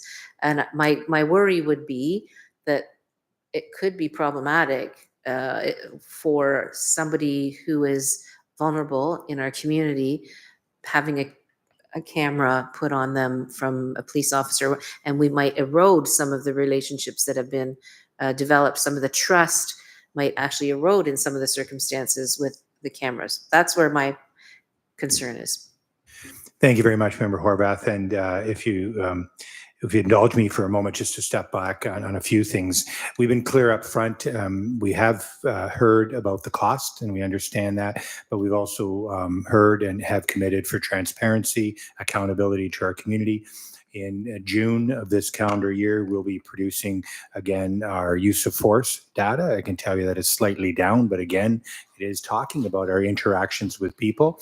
I will let you know, and it's just an interesting thing that, and you said, as we're sitting here talking about who should have it and who shouldn't have it, other services right now within the province have not had the benefit of rapid intervention support and partnerships. In this case now, 10 agencies working alongside our amazing members, looking after client care. And what they've done, in fact, is they've relied on a body-worn camera for someone now to have a peer intervention with that person and to review what the interaction is and to allow perhaps some clinical lens onto that. So the one thing I would want to be very clear to this board, working with the leadership of both Command and Sergeant Moore, as well as our manager of records, and who is making sure privacy impact, understanding all of that, and to make sure it's clear, as we have done with in-car camera and automated license plate readers, that we would be absolutely making sure that is all done. And it would be very clear of what is the usage and what is the level or filter of privacy, et cetera, that's afforded a vulnerable person. I appreciate that, Chief. And then if I may, my last kind of question was, has there been any opinion put forward by the association? Fortunate again, we have the president of the association, Jamie Bannon, here, and she can make her way up to a microphone. And at this point, we have included the HPA at large in our conversation. We've had many conversations internally about this, and that's why I have made a recommendation to this board for us to make sure our community hears loud and clear that we're asking for body-worn cameras. Yeah, thank you, Chief. We welcome the president of the HPA. Good to have you with us. Thank you. I wasn't expecting to have to speak today, but I can speak from the members and as I represent the membership. For transparency, officer safety, and many reasons, the cameras are accepted and well used right now. The clarity it brings to situations as it stands is exceptional and helpful with many oversight groups, SIU, things like that, OIPRD. I would say the members would be very in favor of having more body cameras, more visibility, more transparency. Thank you. Member Meneas. I will also just say, Jamie, it's never fun to be called upon in a surprise way, and so thank you for answering our questions.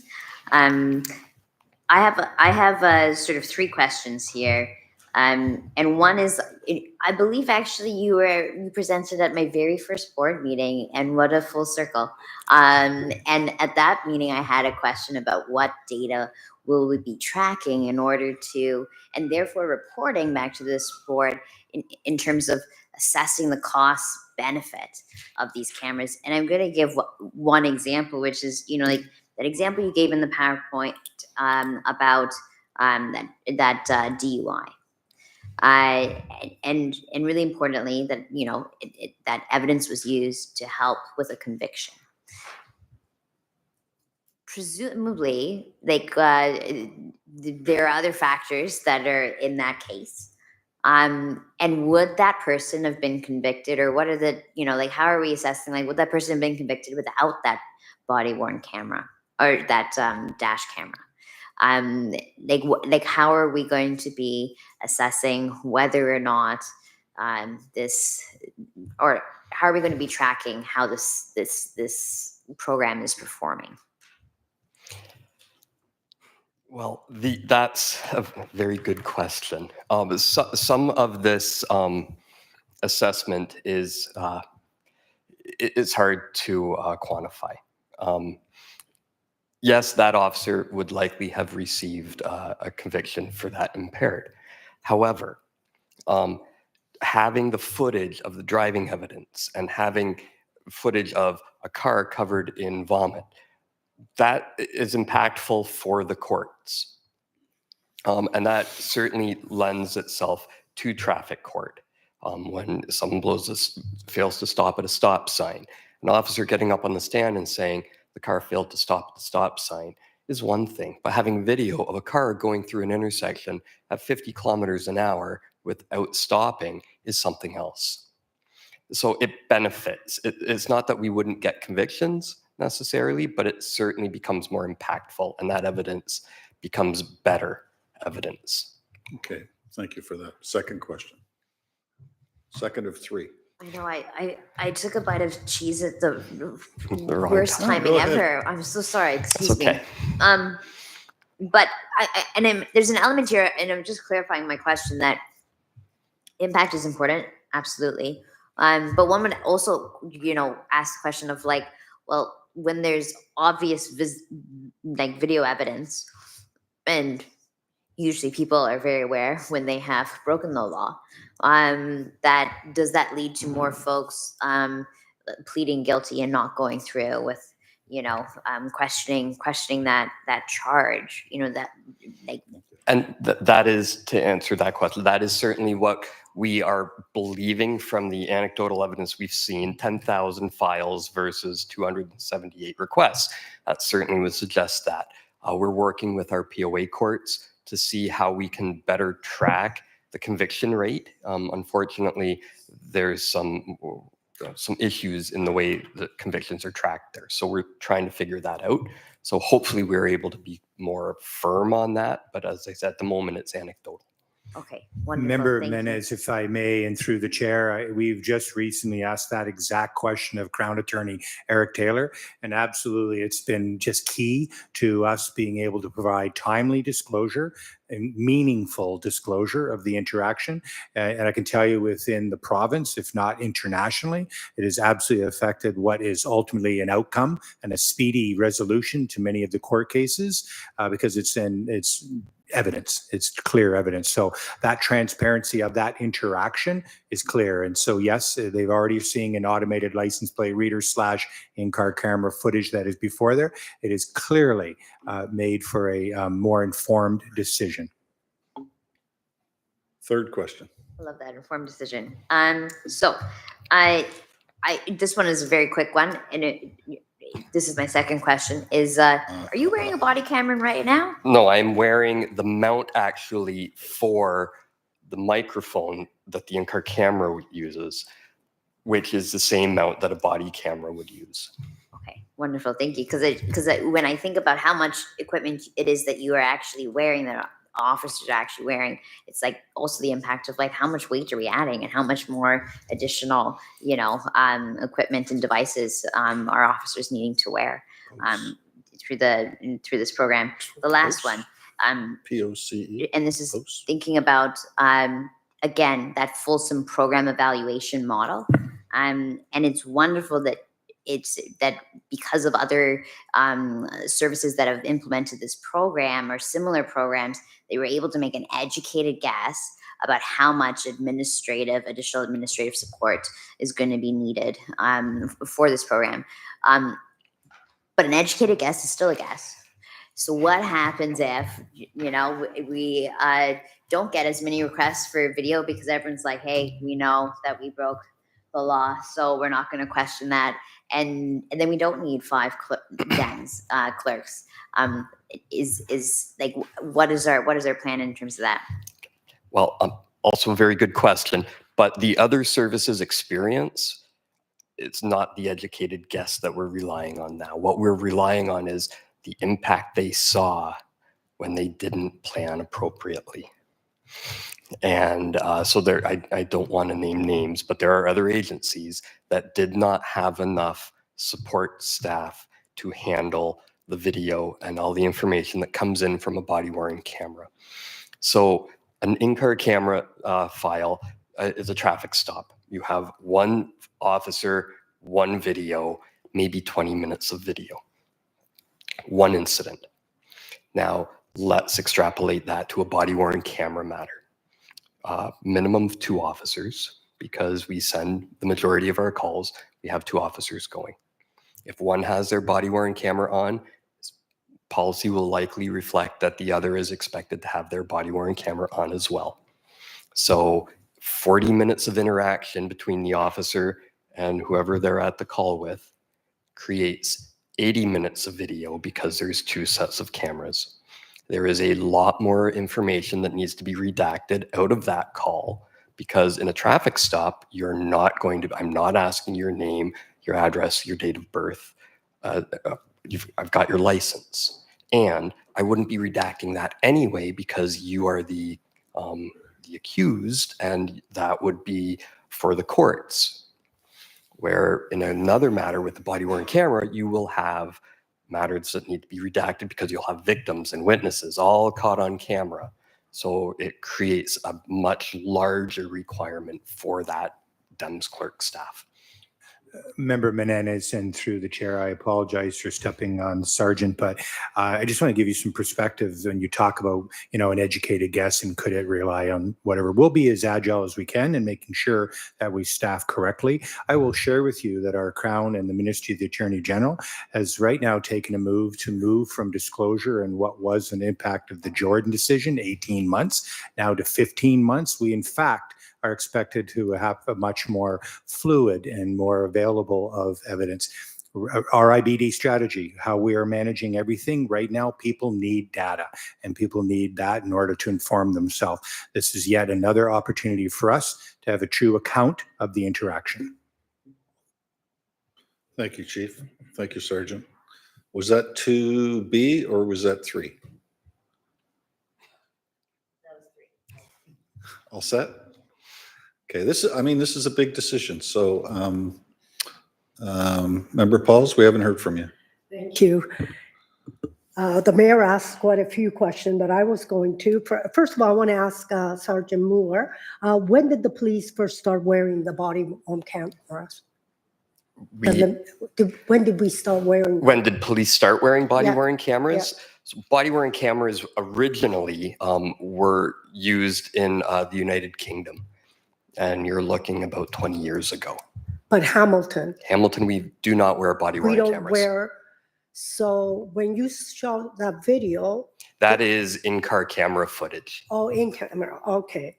So, and also the mayor asked, the $15 million, that is, it's 650 cameras, right? That's That correct. we want. But you mentioned something, really, it's $7 million, because we already paid $4 million. Was it, can you repeat that again? So we are paying about $4.5 million every 5 years for our digital evidence management licensing for our officers, for our members. That's what we discussed in 9.1. That 11.75 million for the hardware and software is includes that cost. So if we have a contract now for 4.5 million for DEMS licensing, and we bought body-worn cameras, that contract would be canceled and it would be absorbed into the body-worn camera contract. So that pricing includes the DEMS licensing. I think it's very important to have these cameras, but I understand what the mayor was going at. I was reading the executive summary saying the benefit technology provides unbiased version of events as is recommended in inquests, including the recent coroner's inquest regarding the death of Sammy Yatin. And when Jamie Bannon, the union rep, was saying that most of the service would want them, I was thinking transparency, protection on both sides. It's not just for the police officer, but it's also for the victim or for the resident that's been stopped. So it's both sides, the benefit. I wish we had all the money and say, go ahead and buy them. But I was wondering, I know the province is providing, in April of 2023, I heard that the province gave grant funding for 78 Fleet 3 in-camera cameras and automated license plate reader. Is there any appetite or any where we could make the province help us with that? I mean, I know it sounds like a lot of money, but really, I shouldn't say really, it's 3 million for the first year and 2.89 for the second year, next 5 years. So is there any appetite where we could really ask the province, we need help, we need it for transparency, what's happening in Hamilton, the hate and all what's happening here. Member Pauls, and through the chair, in 2023, we did avail ourselves of the $1.4 million, and we then took the grant funding that the province says. There is no appetite. I sit on the OACP, the Ontario Association of Chiefs of Police. I've had this conversation. We are expected through the municipality to fund this rollout. The one thing I would ask Sergeant Moore, I want clarity, and I just think it's a really important question, that I see that price tag of $15,427,526.40. With our current model and our subscription and DEMS and the 4 such that you'd mentioned, is this a net ask of $11 million? What are we asking the board to consider today?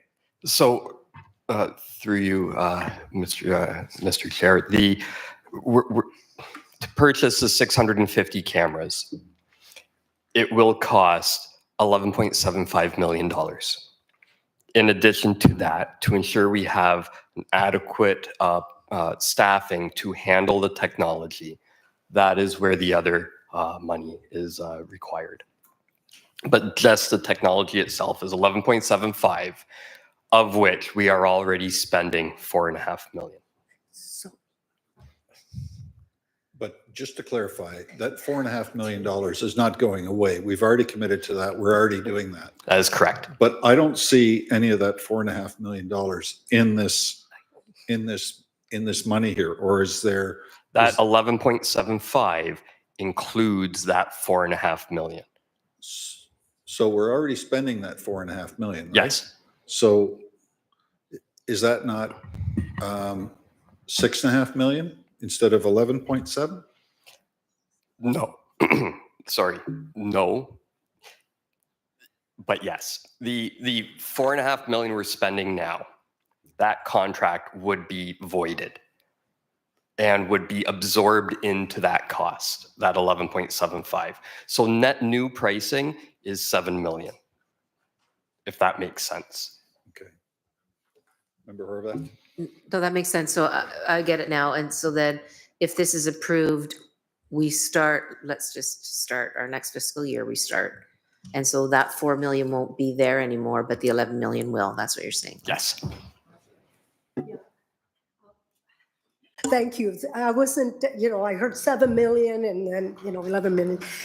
Yeah, I need it to be clear. Obviously, my thought is it is an important thing to do, but we really have to think about it. And but what the service members are asking for, it's important as well. So thank you for that. Member Meneas?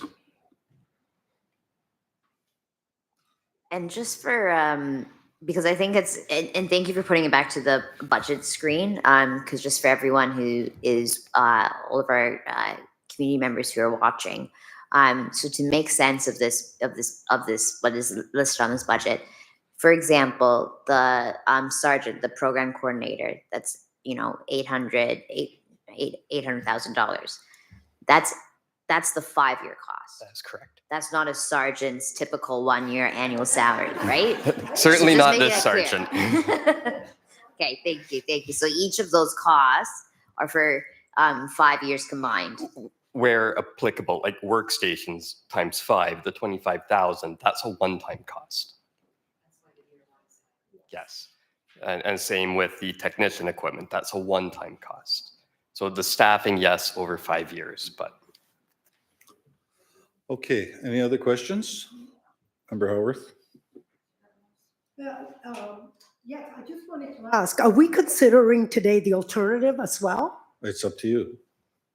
Um, You can move to table, you can move to approve, you can vote against it. Member Okay, I'll Horvath? let member. You got your finger on the button. So my question was not dissimilar to the previous question around the 10-year capital plan. Is this built into the 10-year capital plan, the 11 million, or is it over and above the existing 10-year capital plan? Chief? We are bringing this to the board as we've had since 2014. Initially, we were reporting 6 months. It went to a 1 year. 1 year, it was even extended beyond that. We felt, and following our February board, I listened to Member Menendez who spoke about public trust and that perception of what we had. And so I worked with our team. And so we have not put this in a 10-year human capital plan. The body-worn cameras have been conversations to the board, biannually and annually since 2014. This is us coming back to the board and preparing for 2025. Okay, so then my final question is actually, is this. We approve this today. It goes into the budget process. And so when we have the whole enchilada of the budget, then we can determine, make the final commitment to actually funding it. Does that make sense? Or does it? Well, this motion is to approve. Okay, so it if we doesn't do wanna that. So it's not a alter- line by line. We kind can of- alter the motion to throw it into the 2025 budget deliberations, or we can approve it. That's what this motion is, to approve it. Or move one of the alternates. Member Meneas? I'm asking a similarly clarifying question. And considering that we are 2 board members down, one of them new, this is $15 million. And following our budget discussions, right? Once something's approved and it's becomes, part of the budget, we don't do a line-by-line review of that budget, nor can we direct or dictate any specific budget lines. And so it becomes a much bigger decision than it being part, just like absorbed into the budget and reviewed later, because this is, I'm outlining it as a statement, but it's really a question of like, this Okay, is let my me help you. understanding. let me help you, because when the budget comes in next year at 220 million, you can tell the chief to remove $3 million and he'll have to find it. And this is where he'll find it. So that's the alternative.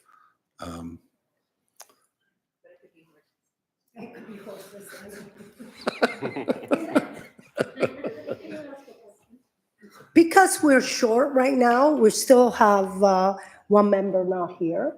I think it'd be, if we could table for the next meeting, because I think this is so important. I was reading it, it's so important. If we could wait to make a decision when we're full, everybody's here, and table it, or we could go alternative and do A, because that is considering a smaller number.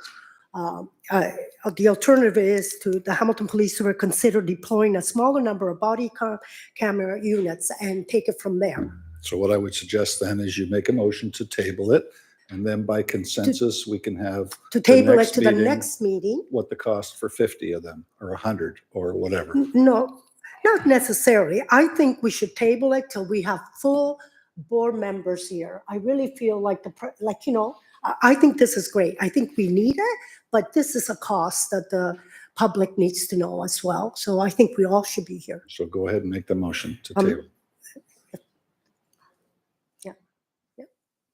I wonder if I could make one adjustment to that motion, which is if we're going to, because I heard Chair Bennett is saying like the other option is like looking at option A and approving fewer cameras. If we're tabling this and we're going to come back to this discussion and make a decision, when we just say like, oh, consider deploying a smaller number of body worn cameras, and like it seems like a very arbitrary decision for us to be like, you know what, I feel like 600. Like where does that come from? And like what would be, right? Like what would be a reasonable an alternative, thinking about maybe like how many of the specific units that would be more, it's an odd option, right? So I think what Sergeant Moore was saying earlier is that it's already been proven. So we don't need a pilot. We're either in or we're out. Now you could phase it in. You could do 50 a year, but there's a lot of questions too around, is the technology paid up front and so on. So I think those are some alternatives. I think Sergeant and the Chief have heard this discussion, and if it is tabled, if somebody wants to table it, then I think those answers would come back. So the board, we could make an educated decision. Yes.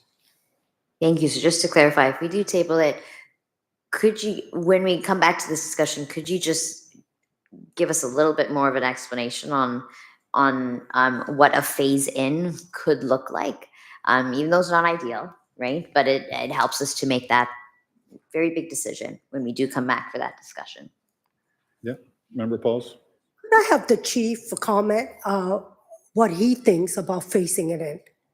I would like to have his opinion on that. Thank you very much, Member Pauls, and thank you, everybody, for carefully considering this. Member Menendez, you had said earlier, and you talked about the value on transparency. I would want the board to have their eyes wide open as our service is asking for body-worn cameras. Our community has asked for body-worn cameras, and we're here. We understand the impact. I do not know how I would respond to an interaction that was not captured because the member did not have a body-worn camera. Conversely, the next neighboring division had something and it was just a traffic stop or something. So thank you. I will leave it up to the board. I want to thank the Sergeant Scott Moore. Thank you. Thank you for the work you do. Thank you for the research. Thank you for the commitment you've made to our, not only our partners in policing, but international, to make sure you understand the impact of this. It's a very important conversation. And I also want the board to clearly hear that we are wanting to do better. Okay, so let me move you towards a motion. Member Horwath. Just in terms of tabling until we have a more robust representation at the board meeting, is there any impact on that? Like, does that create any particular problems to delay until we have our new board members with us or our other board? I can't imagine what, Chief? Thank you very much, Member Horvath, and through the chair. No, because we ultimately would have to set this up as a planned expense moving forward into a budget cycle. I understand that is related to that. It's net new monies they would be asking for. So no, we will manage when the board's appetite is ready to revisit this discussion. Thank you. Okay, let's move to a motion. At the next meeting, we'll table it till the next meeting. Okay. Support for that? Discussion? Okay. Well, we'll talk about that. One of the other things, Sergeant, I would ask is when we have that discussion is that implementation timeframe be addressed. Does it take a year, 6 months, 8 months? Anyways, you can deal with that. Ready to vote on the motion to table? All in favor? Passed. Okay. So Sergeant Moore, I want to thank you for your years of work on this. Thank you, sir. We want to have you back. We'll just have you keep coming back. Thank you. Much appreciated. You've spent a lot of time on this, but thank you, Scott. Appreciate it. Okay. 9.4, hate-based statistical report. Who is reporting? Chief? Thank you very much, Chair Bennick, and through the chair, I would welcome Detective Constable Lindsay Scott, Jasbir Dillon, and our EDI specialists, as well as Victim Services coming up. And we have Inspector Calendar, who will be taking a microphone to assist as well. So Detective Constable Lindsay Scott, welcome. Thank you, Chief, and thank you, members of the board. My name is Lindsay Scott, and I am one of the hate crime investigators for the Hamilton Police Service. Today, I will be presenting the 2023 Hate Bias Statistical Report. The Hate Crime Unit was established in 2003 and investigates occurrences where hate or bias has been identified as a precipitating component in the commission of a criminal offense or in an incident. The Hate Crime Unit is also part of HISIT, which is the Hate Crime and Extremism Investigative Team. HISIT is comprised of 18 police agencies in Ontario, and the purpose is to exchange information, study trends, and discuss new initiatives. Before I continue my presentation, I would like to review important definitions that assist us with the classification of hate occurrences. We understand that lack of clarity over what exactly constitutes a hate crime is a source of frustration to the victims and sometimes a barrier for investigations and reporting. Unfortunately, there is no such thing as a hate crime in the Criminal Code of Canada. There are 5 offenses in the code that specifically pertain to hate, and most of them fall under hate propaganda section. Advocating genocide, public incitement of hatred, willful promotion of hatred, and willful promotion of anti-Semitism. Another section pertaining to hate in the code is under mischief to religious property. When we say hate crimes, what we are actually saying are hate-motivated crimes. In order for police to lay a hate-motivated charge, there are 2 things that must occur. A criminal offense, this is an assault, mischief, utter threats, and the offense must be motivated solely or in part due to a bias or prejudice based on the protected grounds shown above. An example of this would be an assault whereby the person was attacked solely based on the color of their skin or their sexual orientation. Hate incidents can include any incident that involves hate or bias towards any member of the public based on one or more of the protected grounds shown above. What is important to mention is that hate incidents cannot be proven to have been motivated solely or in part because of the person's bias or prejudice towards the victim, but include some type of hateful overtone. An example of this would be a neighbor dispute where some form of slur is used during a verbal argument. Sometimes it is difficult to classify an occurrence with complete accuracy. Additional criteria that may be considered when classifying occurrences may include the victim's perception of the incident, culturally significant dates, symbols, history of the community, and current geopolitical events. In 2023, the Hate Crime Unit received a classification of a total of 220 hate bias-related occurrences. Over the past 13 years, the average number of reported hate bias occurrences is approximately 133 per year. Overall, the number of police-reported hate bias occurrences increased from 174 to 220, which represents an increase of 26.4% over the previous year. Of this total number of reported occurrences, 79 were crimes that fell within the parameters of a hate bias crime, and 141 were classified as incidents. Police data on hate reflects only those occurrences that come to the attention of police and are subsequently classified as hate crimes or hate incidents. Please note, fluctuations in the number of occurrences may be attributed to an increase in hate-related occurrences, but may also reflect a rise in reporting due to community outreach efforts or heightened awareness after a high-profile event. The service is aware that not all hate bias occurrences are reported to police, and there are several reasons why they may not be reported. For example, people may feel the crime was not important, or the chances of the police apprehending the suspect are low. Some victims see the incident as a personal matter, since it may involve family or colleagues, or there may be a feeling of blame and/or embarrassment about being targeted. Also, the victim may not understand that they have been victimized, or they may endeavor to solve the issues themselves. Previous negative experiences with police and judicial system, whether in Canada or overseas, may also affect the willingness of a victim to report to police. Based on that, the Hate Crime Unit has increased training and awareness of officers to identify and classify hate crimes and incidents. The Hate Crime Unit, with the assistance of the Community Relations Coordinator, liaison officers, and victim services actively engage with community members to increase awareness and the willingness of people to report hate crimes and incidents. The increase can be attributed to a multitude of facts, such as acts across the country targeting the 2S LGBTQIA community, the increase in alt-right ideologies, the Israel-Hamas conflict, and other geopolitical events. The chart above displays reported hate bias occurrences broken down by race and ethnicity. In 2023, the Black community was the most targeted group with 69 occurrences, followed by the South Asian community with 13 occurrences.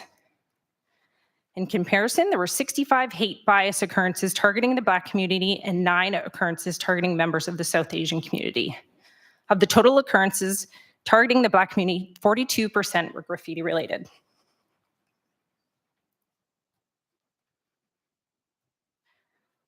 The chart above displays reported hate bias occurrences broken down by religion. In 2023, members of the Jewish community were the most targeted group in the religion category with 44 occurrences, followed by members of the Muslim community with 15 occurrences. In 2022, there were 42 hate bias occurrences targeting the Jewish community and 5 occurrences targeting members of the Muslim community. Of the total occurrences targeting the Jewish community, 77.2% were graffiti related.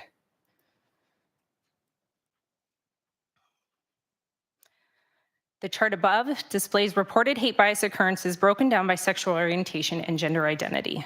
In 2023, members of the 2S LGBTQIA community, specifically with individuals self-identified as lesbian or gay, were the most targeted group with 30 occurrences.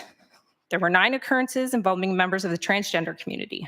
In 2022, the number of hate bias occurrences targeting the 2S LGBTQIA community, specifically with individuals self-identified as gay or lesbian, were 22. The number of occurrences targeting community members with self-identified as transgender was 10. Additionally, in 2023, there were 24 occurrences targeting pride flags. These occurrences have been displayed as multiple on the slide.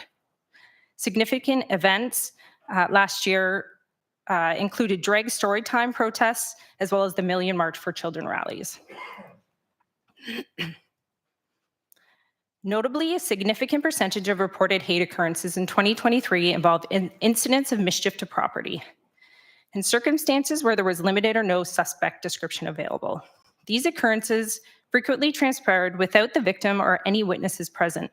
These factors present considerable challenge to these types of investigations and arresting suspects. The majority of all hate-related occurrences were random in nature with no definable pattern and were believed to have been committed by individuals and not by organized groups. Police data on hate bias occurrences reflect only those occurrences that come to the attention of police and are subsequently classified as hate crimes or hate incidents.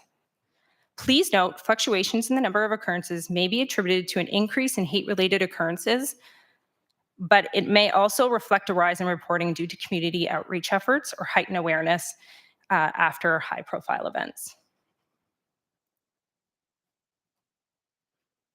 When we break down occurrences by division, we can see that 69 hate bias occurrences were recorded in Division 1, 66 in Division 2, and 85 in Division 3.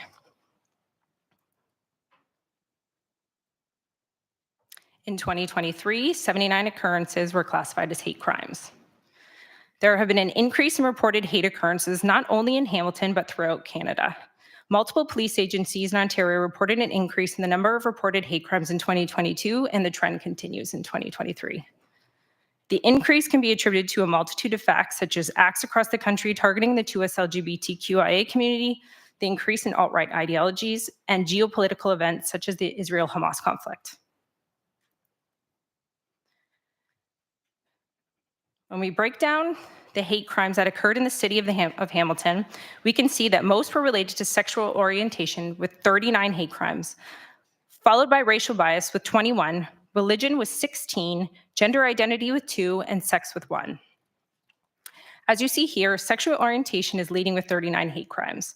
24 of these hate crimes can be attributed to the Capture the Pride Flag Challenge, which was an international online challenge across Canada and the United States that encouraged the theft and destruction of pride flags.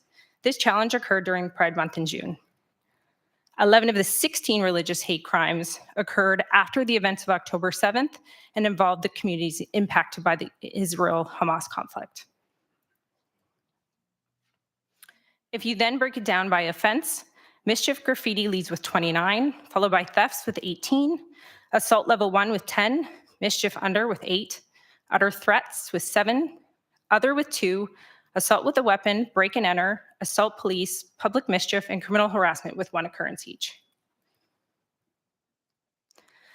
The hate crime unit encourages the community to report all incidents.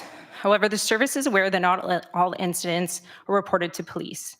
Recognizing this, Hamilton Police have implemented a number of proactive and strategic steps to prevent hate-related occurrences, encourage reporting, and provide support to victims. I would like to introduce our Community Relations Coordinator, Jasper Dillon, to speak to our efforts to engage and support community. Thank you. Sorry. Thank you, Lindsay. In my role as Community Relations Coordinator, I've been working closely with the Hate Crime Unit and the Victim Services Unit to continue enhancing support for victims as well as encouraging reporting within communities. Last year, we made significant strides. The Hate Crime Unit and Community Engagement Team attended over 70 events. These included one-to-one community meetings. We also had presentations to community groups specific to hate crimes, and as well as attendance at community events, which were either celebrations or just observance of our presence within community. Last May, Hamilton Police also hosted an inaugural hate crime symposium, which brought together nearly 100 diverse stakeholders to build awareness about hate in our city. This event was made possible through the funding provided by the Department of Justice in order to support campaigns during Victims and Survivors of Crime Week. Approximately 2/3 of the registrants that we had at this event represented a wide breadth of community members, either representing agencies or as individuals. While there is certainly more to do, we have heard from some communities that engagement efforts are helping to improve their trust and their comfortability to continue reporting hate occurrences.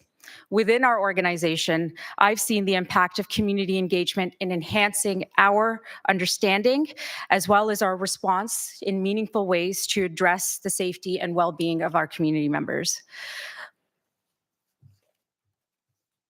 We've also continued to dialogue with communities to advance the hate crime community review team. Since 2021, there have been 4 broad community conversations, as well as 6 dedicated focus groups with communities most commonly targeted by hate.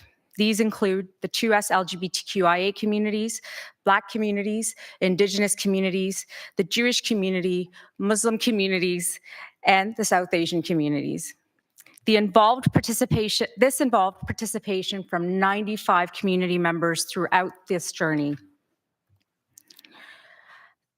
The initiative, sorry. I'll leave this slide up here for just a little while longer, and this points to some of the key factors that we've incorporated in terms of the involvement and the dedicated number of hours of engagement with community.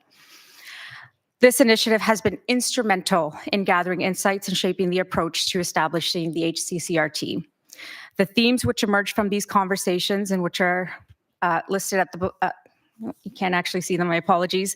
The themes which emerged from these conversations included barriers to reporting hate occurrences, the importance of continued education and awareness, trust and accountability in policing, community collaboration, and ongoing relationship building efforts.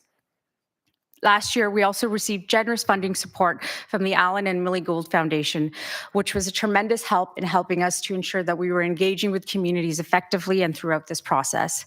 In March this year, the focus groups culminated in a larger town hall that brought all community members and diverse community groups together to summarize the findings of those focus groups, to also address community concerns that were specific to some communities, and as well as mapping out next steps in terms of actually establishing the hate crime case review team. We are pleased to share that we're currently accepting applications from community members to participate or to sit on the hate crime case review team. In terms of understanding trends, our hate crime dashboard has been invaluable in helping us identify trends, providing supports to victims, and informing prevention efforts. The dashboard enhanced our ability to identify the rise in hate occurrences targeting diverse communities in a timely manner. This in turn, improved our responses to act proactively with messaging to ensure safety of communities, as well as denouncing hate that was taking place, for example, specifically with two LGBTQ communities. We also attended and increased our presence at community meetings to address specific and unique concerns that communities were raising. And of course, we continue to increase visibility through special attentions to places of worship and areas of cultural significance. Accurate data collection through reporting is essential. It informs effective intervention and supports for victims. This data can also support the work of communities. It allows community agencies to develop programs and assist in applications for funding that may support community-led initiatives. The onus of policing is to provide accessible reporting options, thoroughly investigate reported occurrences, and offer avenues for support for victims. We thank community for their engagement, and we continue to welcome opportunities to collaborate and support community-led initiatives that can bridge gaps and ensure trust building. I would like to now call on Kristen Morrison, our Victim Services Administrator, to touch upon the victim support areas. Thank you, Jazz. Good afternoon, Chair, Police Service Board members. Thank you for having me. As Jazz mentioned, my name is Kristen Morrison, and I'm the Victim Services Administrator. Our Victim Services team works very closely with our Hate Crime Unit as well as our Community Relations Coordinator to provide a wraparound support to community members who have been impacted by a hate occurrence. It's important to us that we follow up and offer support to anyone that has been impacted by a hate occurrence, both those designated as hate crimes and hate incidents. Even when an occurrence might not meet the criminal code threshold, we recognize that there can still be a significant impact on the individual, community, and families. To acknowledge this impact, our Victim Services team will reach out to the individual or family to check in regarding their well-being, with a focus on listening and validating their feelings and experiences. We will also explore any safety concerns that they might have and offer individualized safety planning strategies. We'll also review and offer resources, for example, community services such as counseling, legal services, and housing supports. This process is guided by the individual based on what their needs are and what services they are open to. If it is a hate crime, we'll also explore eligibility through our Victim Quick Response Program, also known as VQRP. VQRP is a provincial program available through Victim Services that is funded by the Ministry of Children, Community and Social Services to support victims of violent crime, such as a hate crime. Common resources that we will explore might include personal safety items, home safety items, immediate counseling services, or graffiti removal. Now, although most of these follow-ups are done by our victim services staff team during business hours, we do also encourage anyone who has been impacted by a hate occurrence to reach out to us for any type of support, whether or not they have formally reported to police or not, as we are able to provide assistance 24/7 with the help of our volunteer team. So thank you, and I'll turn it back over to Detective Lindsay Scott. Skip ahead here.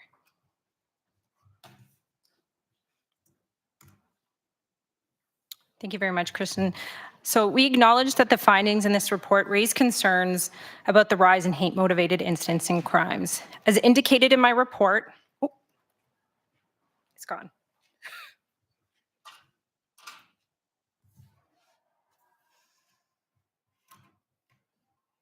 Sorry. Nope, that's okay. Very last slide.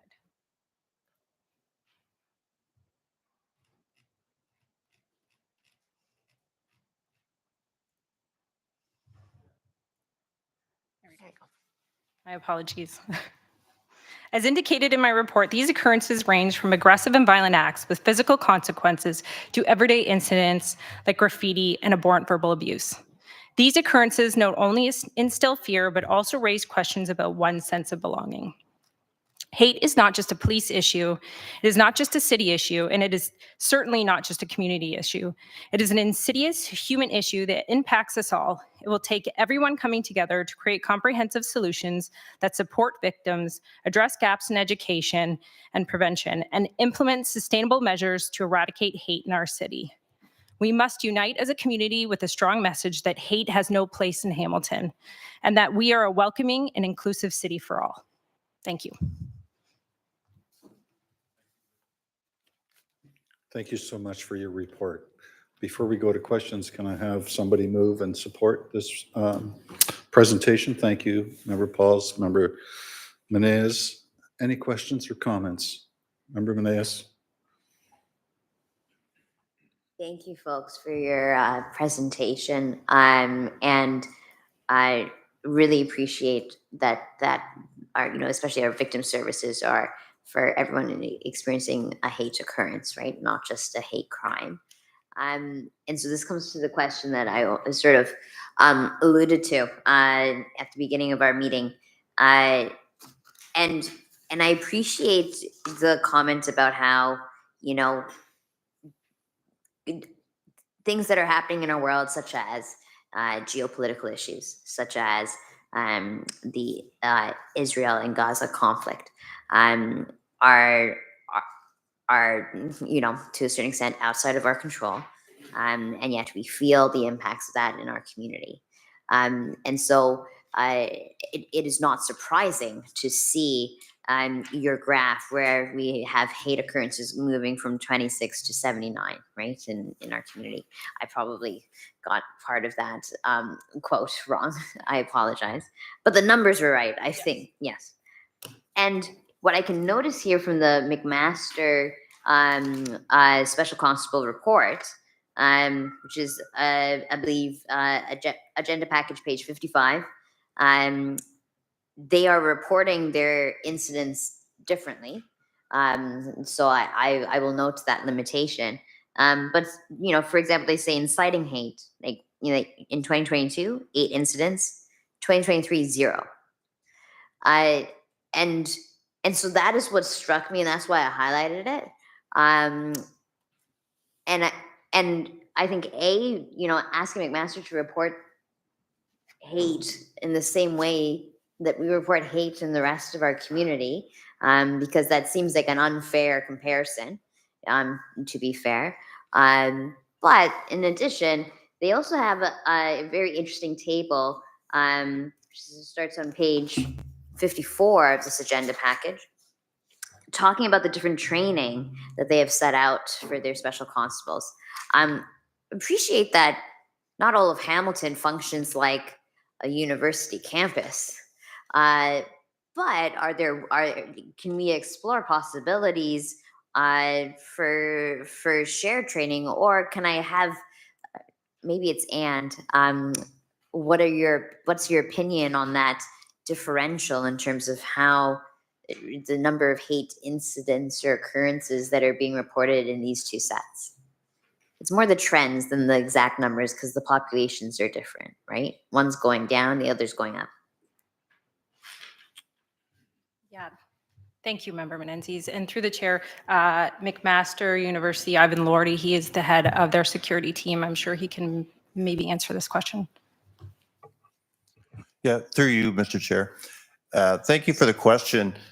So with regards to the statistics of McMaster University, that 0 in the last column, that is the actual, in terms of does it meet that definition that Detective Constable Scott talked about, that met that very high definition of a criminal code, which again, there is no such thing as a hate crime, but a lot of people make that inference of a hate crime if it breaches those 5 sections of the criminal code.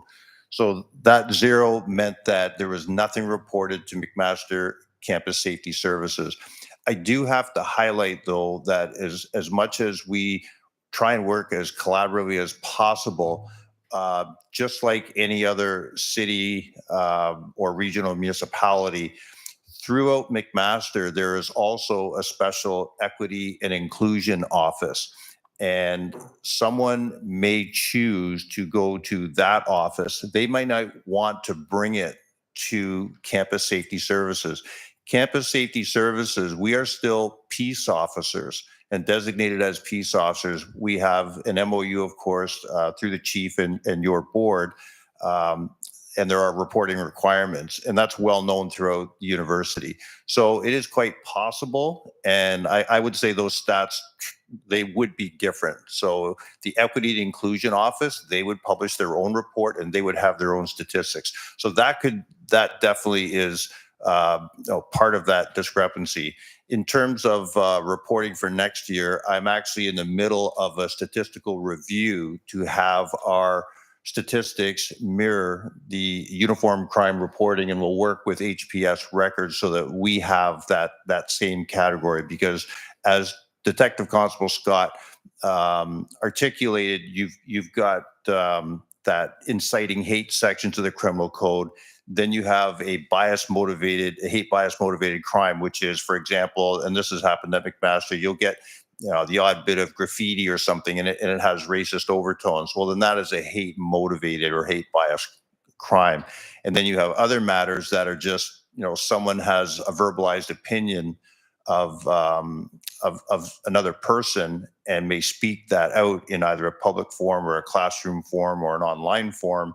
And that typically doesn't come to our attention. That would go through, again, if it receives a complaint at all, it would go through the Equity and Inclusion Office. So long-winded, but I hope that helps. Thank you very much. Chief, is there anything you want to add to this report? Thank you. And to the chair, no, other than to thank our amazing team. And if the board had been listening as I was to the actual comprehensive community engagement that you have been committed to, and understanding that some of these things that we're seeing in other jurisdictions, as I speak to my peers, they ask us, how do we get a community to report? And you've given so many vehicles to do that, and given people the comfort to understand that those studies and how we then can do hate crime community review team and other community engagement things, really important. Thank you. Really appreciate it. A common theme today is that we've seen some celebration of amazing people within our organization. We started off about records and the comm center, Pete and amazing work they're doing, Scott and the dedication. You've done that same thing today. Thank you. You're incredible leaders in this realm, and we really appreciate what you're doing for our community. Yes, on behalf of the board, we really want to recognize you and Kirsten, all your volunteers as well that work tirelessly at the middle of the night. Please thank them as well. Any other questions or comments? Member Pauls, real quick. Real quick. I just want to say, I looked at the crimes, bias crime, and I looked at mischief, graffiti was number one. Matter of fact, 89%. I'm wondering, last term I was with the BIA, I was the chair, and we always talked about bylaw going. Do you get involved with bylaw when there is a graffiti and what should be done, or how does that work? So if a graffiti comes to us through the hate crime unit, we do make sure that we contact the city to have that graffiti removed. Is that what you're referring to? Yeah. Right. Yeah. So we make sure that if an officer attends initially, they are to stay on site and call by law to have it removed. If it comes through us, we also make sure that that graffiti is removed through bylaw. I always wonder, how do you ever catch somebody doing graffiti? And, you know, it's literally impossible because you take it away and it's there the next time. And even in Ward 7 had some that had to be removed. But I was really interesting that most of the crimes it says total occurrence by type, it is mischief. What other beside, I guess you have it there, theft under, it says 18%. What does it mean, theft under? Under what? Under 5,000. Under 5,000, okay. So as I look at it, and it's really interesting too, if you look at 2016 to 2023, it's really amazing that 2017, 2018, 19, 20, even when COVID was here. In 2020, it wasn't, maybe we were all locked up. Maybe that's what we should be doing. No, I'm just saying. And then after it was lifted, you see that graffiti or that crime go up, or that hate. So I don't know if it has any correlation with it or not, but I noticed that. So that's just my observation. Thank you. Thank you. Member Menez, real quick. I know on our visit we chatted about how sometimes numbers cannot always speak for themselves, right? And sometimes as actually when you're successful in your work, building trust with community, more community members report incidents to you. And thinking about other reasons why there's been an exponential increase in the number of hate occurrences. But what I also wanted to highlight, and thank you for your response to my questions, but what I am gathering is that actually the reporting of incidents from McMaster Special Constables is so different from what we report in the police services that they are actually not comparable. And I say that because we did discuss the appointment of special constables multiple times here on this board. That was one of the things that Member Kretsch and I were asking questions about. And so it is the reason why I wanted to sort of circle back and sort of request very strongly that we report in the same way and manner, so that we can actually see what the trends are in our community. And thinking about the different contexts that learners and students who may potentially feel more comfortable speaking with other services like the Equity and Inclusion Office at McMaster campus, that is actually a very interesting, it's a very important distinction in that decision, because that is a decision to not involve the justice system. And so thinking about how we capture such interactions in the larger Hamilton community, and how do we, one thinks about collaborating with other organizations such as HARC, and thinking about the other means by which we track hate in our community, if that makes sense. So thank you. Thank you. Thank you again, ladies. Anything else you want to add, Jazz? If I could, Chair, and thank you, Member Menendez. Through you, Chair, I think you're absolutely right. There is an opportunity here for us to be doing some great collaborative work with community groups and with our partner agencies throughout the city. And that's exactly the intention of the Hate Crime Community Review Team, is to bring people with lived experience, people with different perspectives and ideas to a table with policing at the table, and to address those gaps, whether they be in how we are, our policies, our procedures, our training. And I think there's opportunity there as well to collaborate on how we can improve our reporting mechanisms as well, so that we're getting the best use of the data and the information that's being collected. So thank you for raising that. And from that perspective, don't forget, it was only 5 or 6 years ago that we started the reporting, and Hamilton was known as the hate capital, but we were really the only police service that was really doing anything intentional or documenting what we were doing. So you've got your hands full, and thank you both for your work on that. Thank you, Chair. And we still are the only police service or the city that is addressing hate in this way. So appreciate you recognize that. Yeah. Okay. Thank you again. So we have a motion on the floor to accept these 3 reports. Are we ready to vote? All in favor, raise your hand. Carried. Thank you. 9.5, turn it over to Kirsten. Thank you, and through you, Chair. The attached report contains 2 draft policies for the board's consideration, and they essentially support requirements in the Community Safety and Policing Act. So we've got Appendix A, which contains the first policy around police board member education and event participation. So this is just essentially a policy to formalize training, ongoing learning requirements for its members, and to really emphasize the importance of board attendance at significant police functions.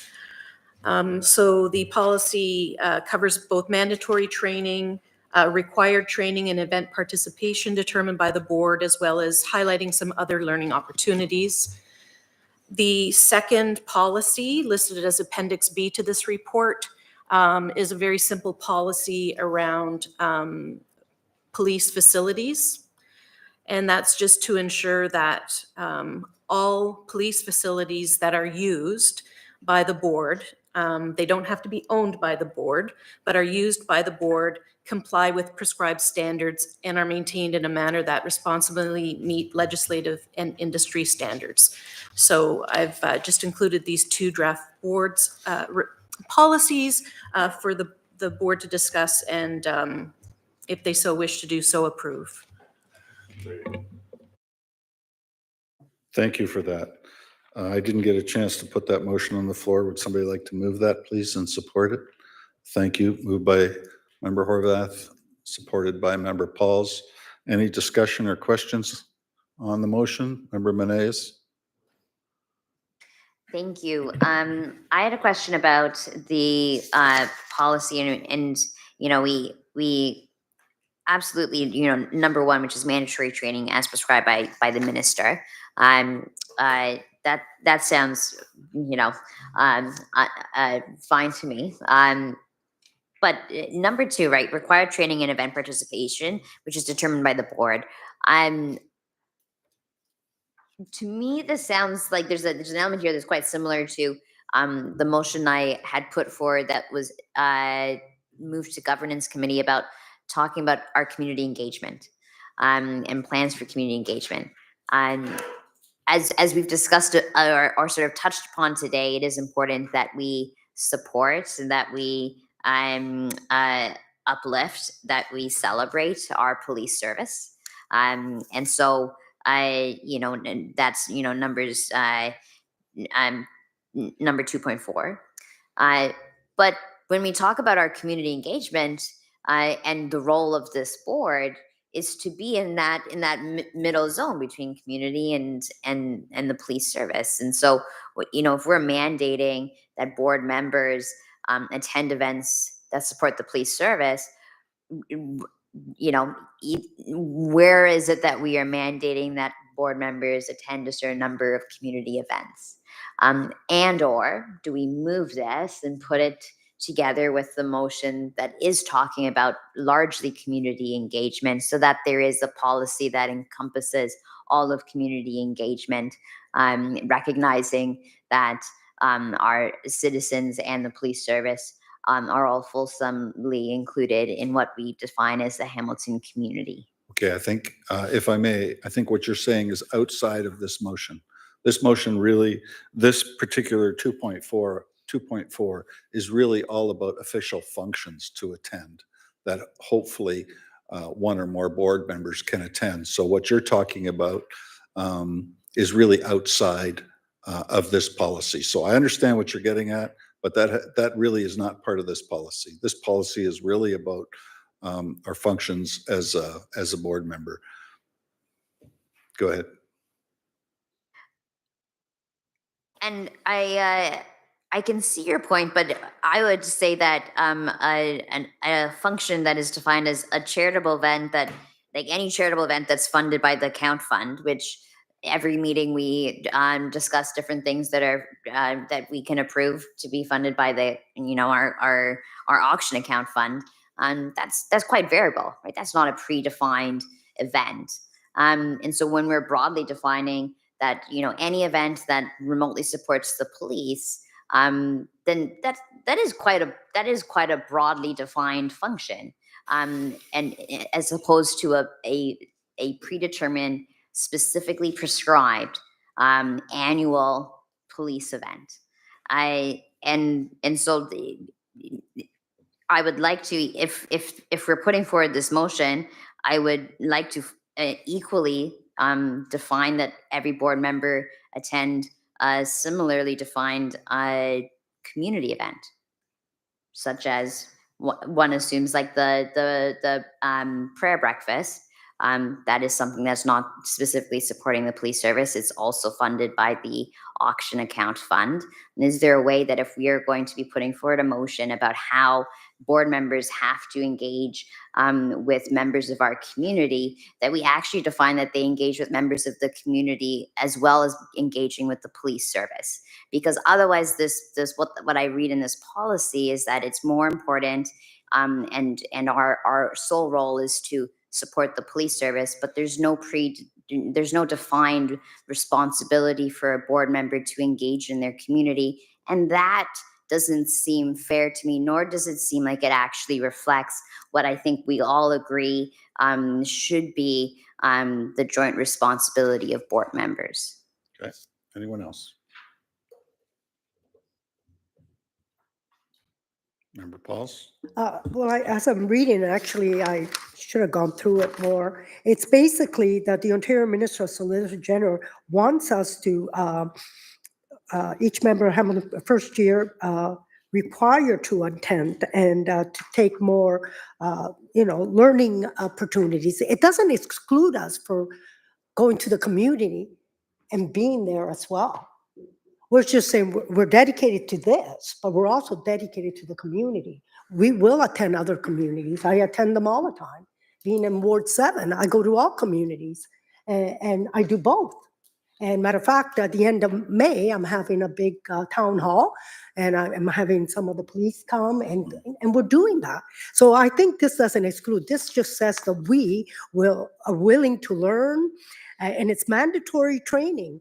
We know we need to, train, and I think it's very important. So I support this. Okay. Thank you. Member Horath? I think the difference lies in the auction account fund is something that we proactively are supporting particular events and organizations, and that's why there's a formal connection, more or less. And so the idea is we're providing these resources. Members of the service show up. The ones that I go to, I always see, the chief or a representative of the police service. I'm often there as the mayor, and I see you there as well. I've seen Pat there as the chair at these events. But that's where the interface is. It's because they're auction account funded, which, of course, as we've talked about, there's a policy on how people qualify for those funds through the application process. But I do see that as separate from then a broader conversation through governance committee on the motion that you brought last time, which was the idea, or when you did, the idea of what role does the Police Services Board have in creating the broader community interface that helps build relationships. But I do see them as different, because I see this as being a policy that's very much related to our kind of work as the boards required to do by legislation and otherwise. And I see what the other pieces that member Menazizi are talking about is a broader conversation about, as we try to find pathways forward with building trust and all of those things. And what is that? Familiarity breeds content. is what we want to see, right? And that's kind of, I think, a role that the board members need to take as well. But I do see them as different. So I think the kind of cleaner way to do it is to vote on these ones and have that governance conversation. That's what my preference would be. Yeah. Good, thank you. Anyone else? Are you ready to vote? All in favor, raise your hand. Opposed? Carried. It's a little weird with only 3 people voting, but so be it. Okay, before we get to 10.1, if I could just take a little bit of liberty to introduce our motion number 10. Lucia, you printed copies of those, and so can I ask you to hand those out so members can read those? So before introducing the motion, allow me just to give a little bit of background. Today is my last meeting as a board member. Let me explain the situation to you. On November 2, 2023, I received a 3-month appointment while awaiting a 3-year appointment by order in council. 3 months later, on February the 2nd, 2024, I received another 3-month appointment while awaiting another order in council, of course, expiring my term May the 2nd. In the meantime, we have a new police act, the CSPA, which came into effect April 1, 2024. The new act with its regulations prohibits a former auxiliary officer from serving on a police board if it is in the same jurisdiction. So post April 1, an order in council would not be possible. So May 2 is the official end of my term. I've served for 5 years, 4 as a vice chair, and I want to say it's been an honor. I want to take this opportunity to wish board members, board staff, senior command, civilian directors, and all sworn and civilian staff the very best. Thank you.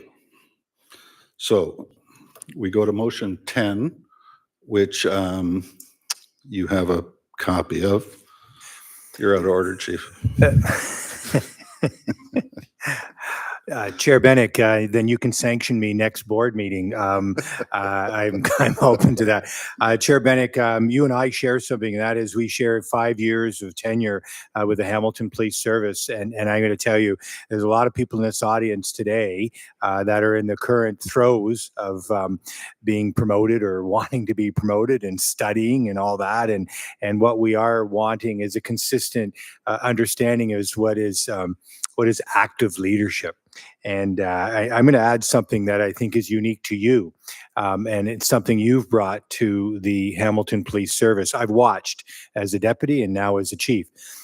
You have active governance, and it's been an amazing way to see how, and again, even today, I text our former chair who's at a beach, but you concentrated not only on what we're talking about, and that's the nuance of legislation and the role, but you've taken your years of commitment to not only as an auxiliary, but certainly in the last 5 years of twice a year attending each parade within our service. Our members know who you are. Our members know what you stand for. But you just didn't, it's not performative. You would come back to this board and you would sit down on top of that with me and our command team to make sure we knew in your writings, in your book, of what you heard. What you heard from a 5:30 parade, what you heard from a 6:30 parade, what you heard in the afternoons and the ride-alongs, etc. You shared that, and then you've been able to blend that, not only that expectation of us doing better, the expectation of understanding what a strategic plan is, what the nuance of service delivery. You've done it with a business acumen. That's your forte, and it's made us better. And if I could ask that all of our members that are here today would join me in acknowledging the impact you've had on by showing our respect for you. Thank you for what you've done.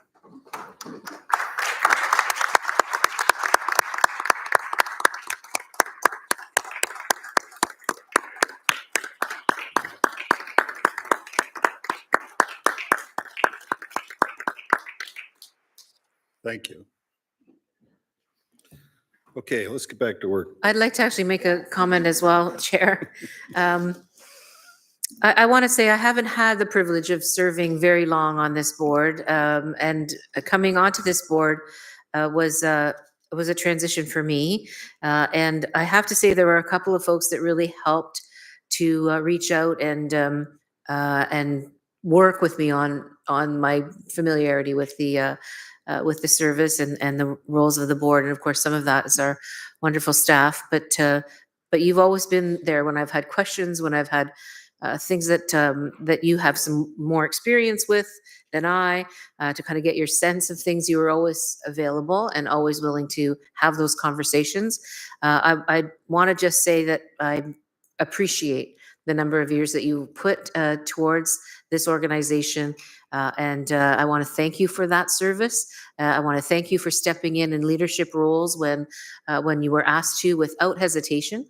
So as you know, here you are, vice chair in the chair, while we're absent a chair, even though you know that this is your last meeting, but you stepped up to do that, and that's what leadership is. And I want to say I appreciate that. There may have been many moons ago where the two of us would have probably never thought we'd even ever have a conversation. And it's funny what what opportunity and happenstance occurs to change that, and I'm glad it did. So thank you so very much, Fred, for your service and all your contributions to the City of Hamilton. Thank you. Can I just, after the chief and the mayor, they said it all, but I just want to say, I'm always surprised when somebody gives of their time, not just 2-3 hours a week, but full time. And I want to say, Fred, I've only known you a year and a half, but I cannot believe that you really do this full time, because you love helping, you love people, and you care. And to me, that says a lot. I got to know Chair Mandy. She had the same spirit, and you do as well. A caring person, a just person, and a fair person. So on behalf of myself, thank you for your leadership. Thank you. Okay. Quick. I'm gonna keep it short because we have known each other for a short time. But I will say that what I appreciate so much is, even though we may disagree, your commitment to having dialogue, and to engaging with me, and to taking the time and offering to explain different things and processes on the board. I appreciate that we can work through differences to find shared and common ground. So thank you. I know it. Thank you. Thank you very much. I promise I'll be quick. Fred, for board members past and present, I'd like to thank you for your service on the board, both as a council-appointed citizen member as well as a provincially appointed member. You've been the most engaged board member I've known, who has inserted himself into police culture to get a better understanding of police officers' struggles, challenges, and successes. You've come to each board meeting with a wealth of knowledge and commitment to setting the board and service up for success, and in return, ensuring the citizens of Hamilton are supported and taken care of. Thank you for your commitment and engagement to this board, for all of the extra hours you put on the weekends and in the evenings to deal with urgent matters requiring your expertise and attention. And personally, I would like to thank you for your leadership and business skills, and especially in the way you've always made me feel that my hard work was being seen and appreciated. Your kind words went a long way in keeping me going through tough and challenging times.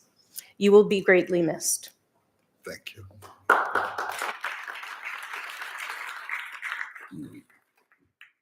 Okay, so that leads us into 10.1. In a perfect world, this would be the time for me to hand over the chair.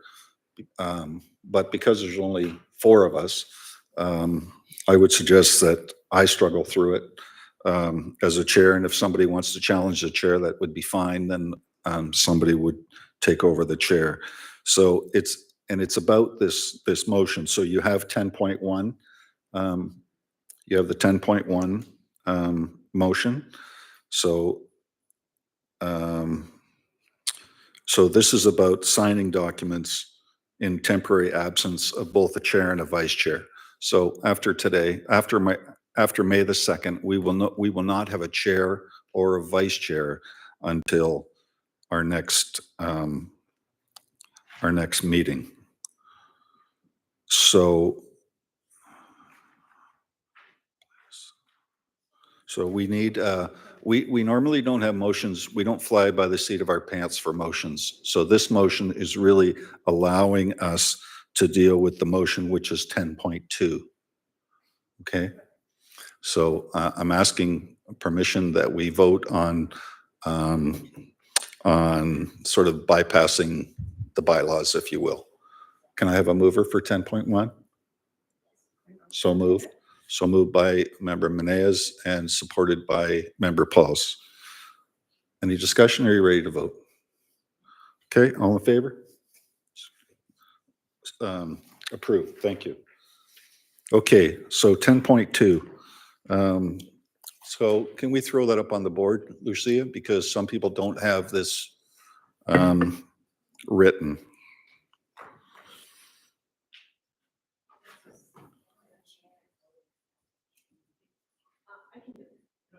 So essentially, this is a motion to satisfy our bylaws, which essentially says that Member Horvath will be appointed to sign any board documents between now and our next board meeting.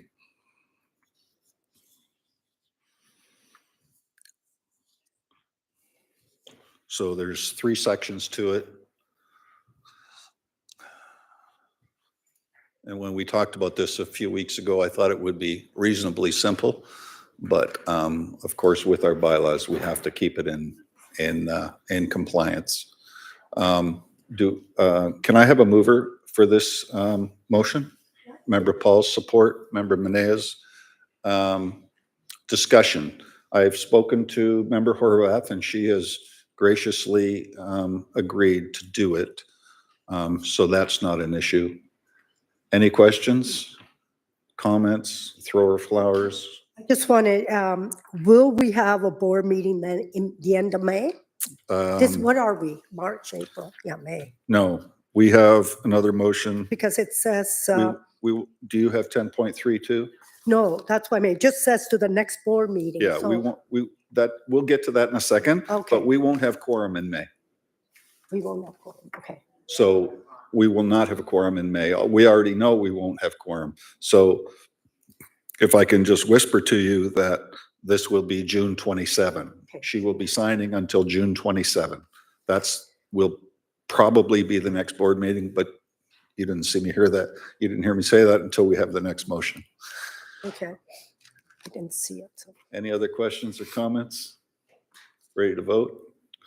All in favor? Yep. Opposed? Motion carried. Thank you, Member Horvath, for doing that.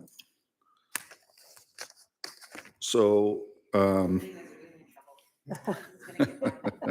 Remember, she's strong powers. so I can announce that we will not have quorum in the May meeting.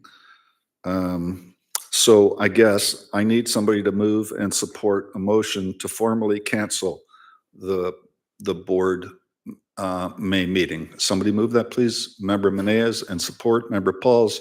And Kirsten, we can confirm, we know we don't have quorum. Through you, Chair, that is correct. Okay. Member Horvath. Can I just say that really does reflect how important it is for board members to let Kirsten know kind of what their schedules are going to be like, because especially with this transitional time when we don't have very many people available. So I do appreciate that people are doing that. Okay, Member Meneas, I saw your hand up. No? Okay. Okay, so we have a motion. Any other comments on the motion to cancel the May meeting? If not, can we vote? All in favor? Opposed? Carried. Thank you.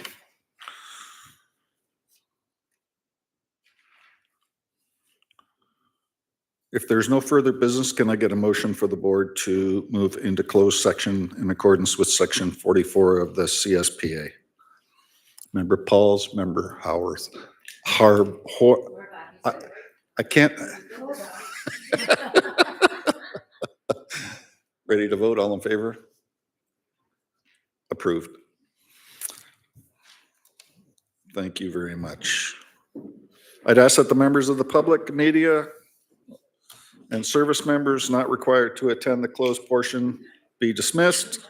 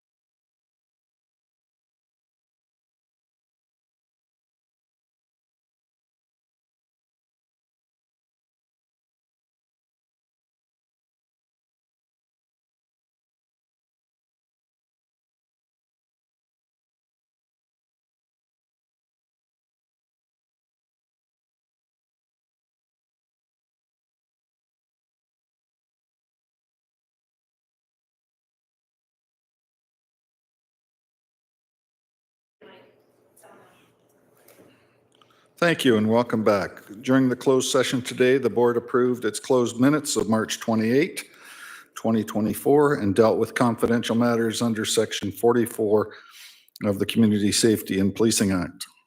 May I have a mover and supporter to report back? Moved by Member Horvath, supported by Member Pauls. Any discussion on this? All in favor? Approved. Thank you. The next meeting of the board will take place in person Thursday, June 27 at 1 p.m. here in the council chambers. If there's not any further business, could I have a motion to adjourn, please? Member Horvath moved, supported by Member Meneas. All in favor? Approved. Motion carried. Meeting adjourned. Drive safely.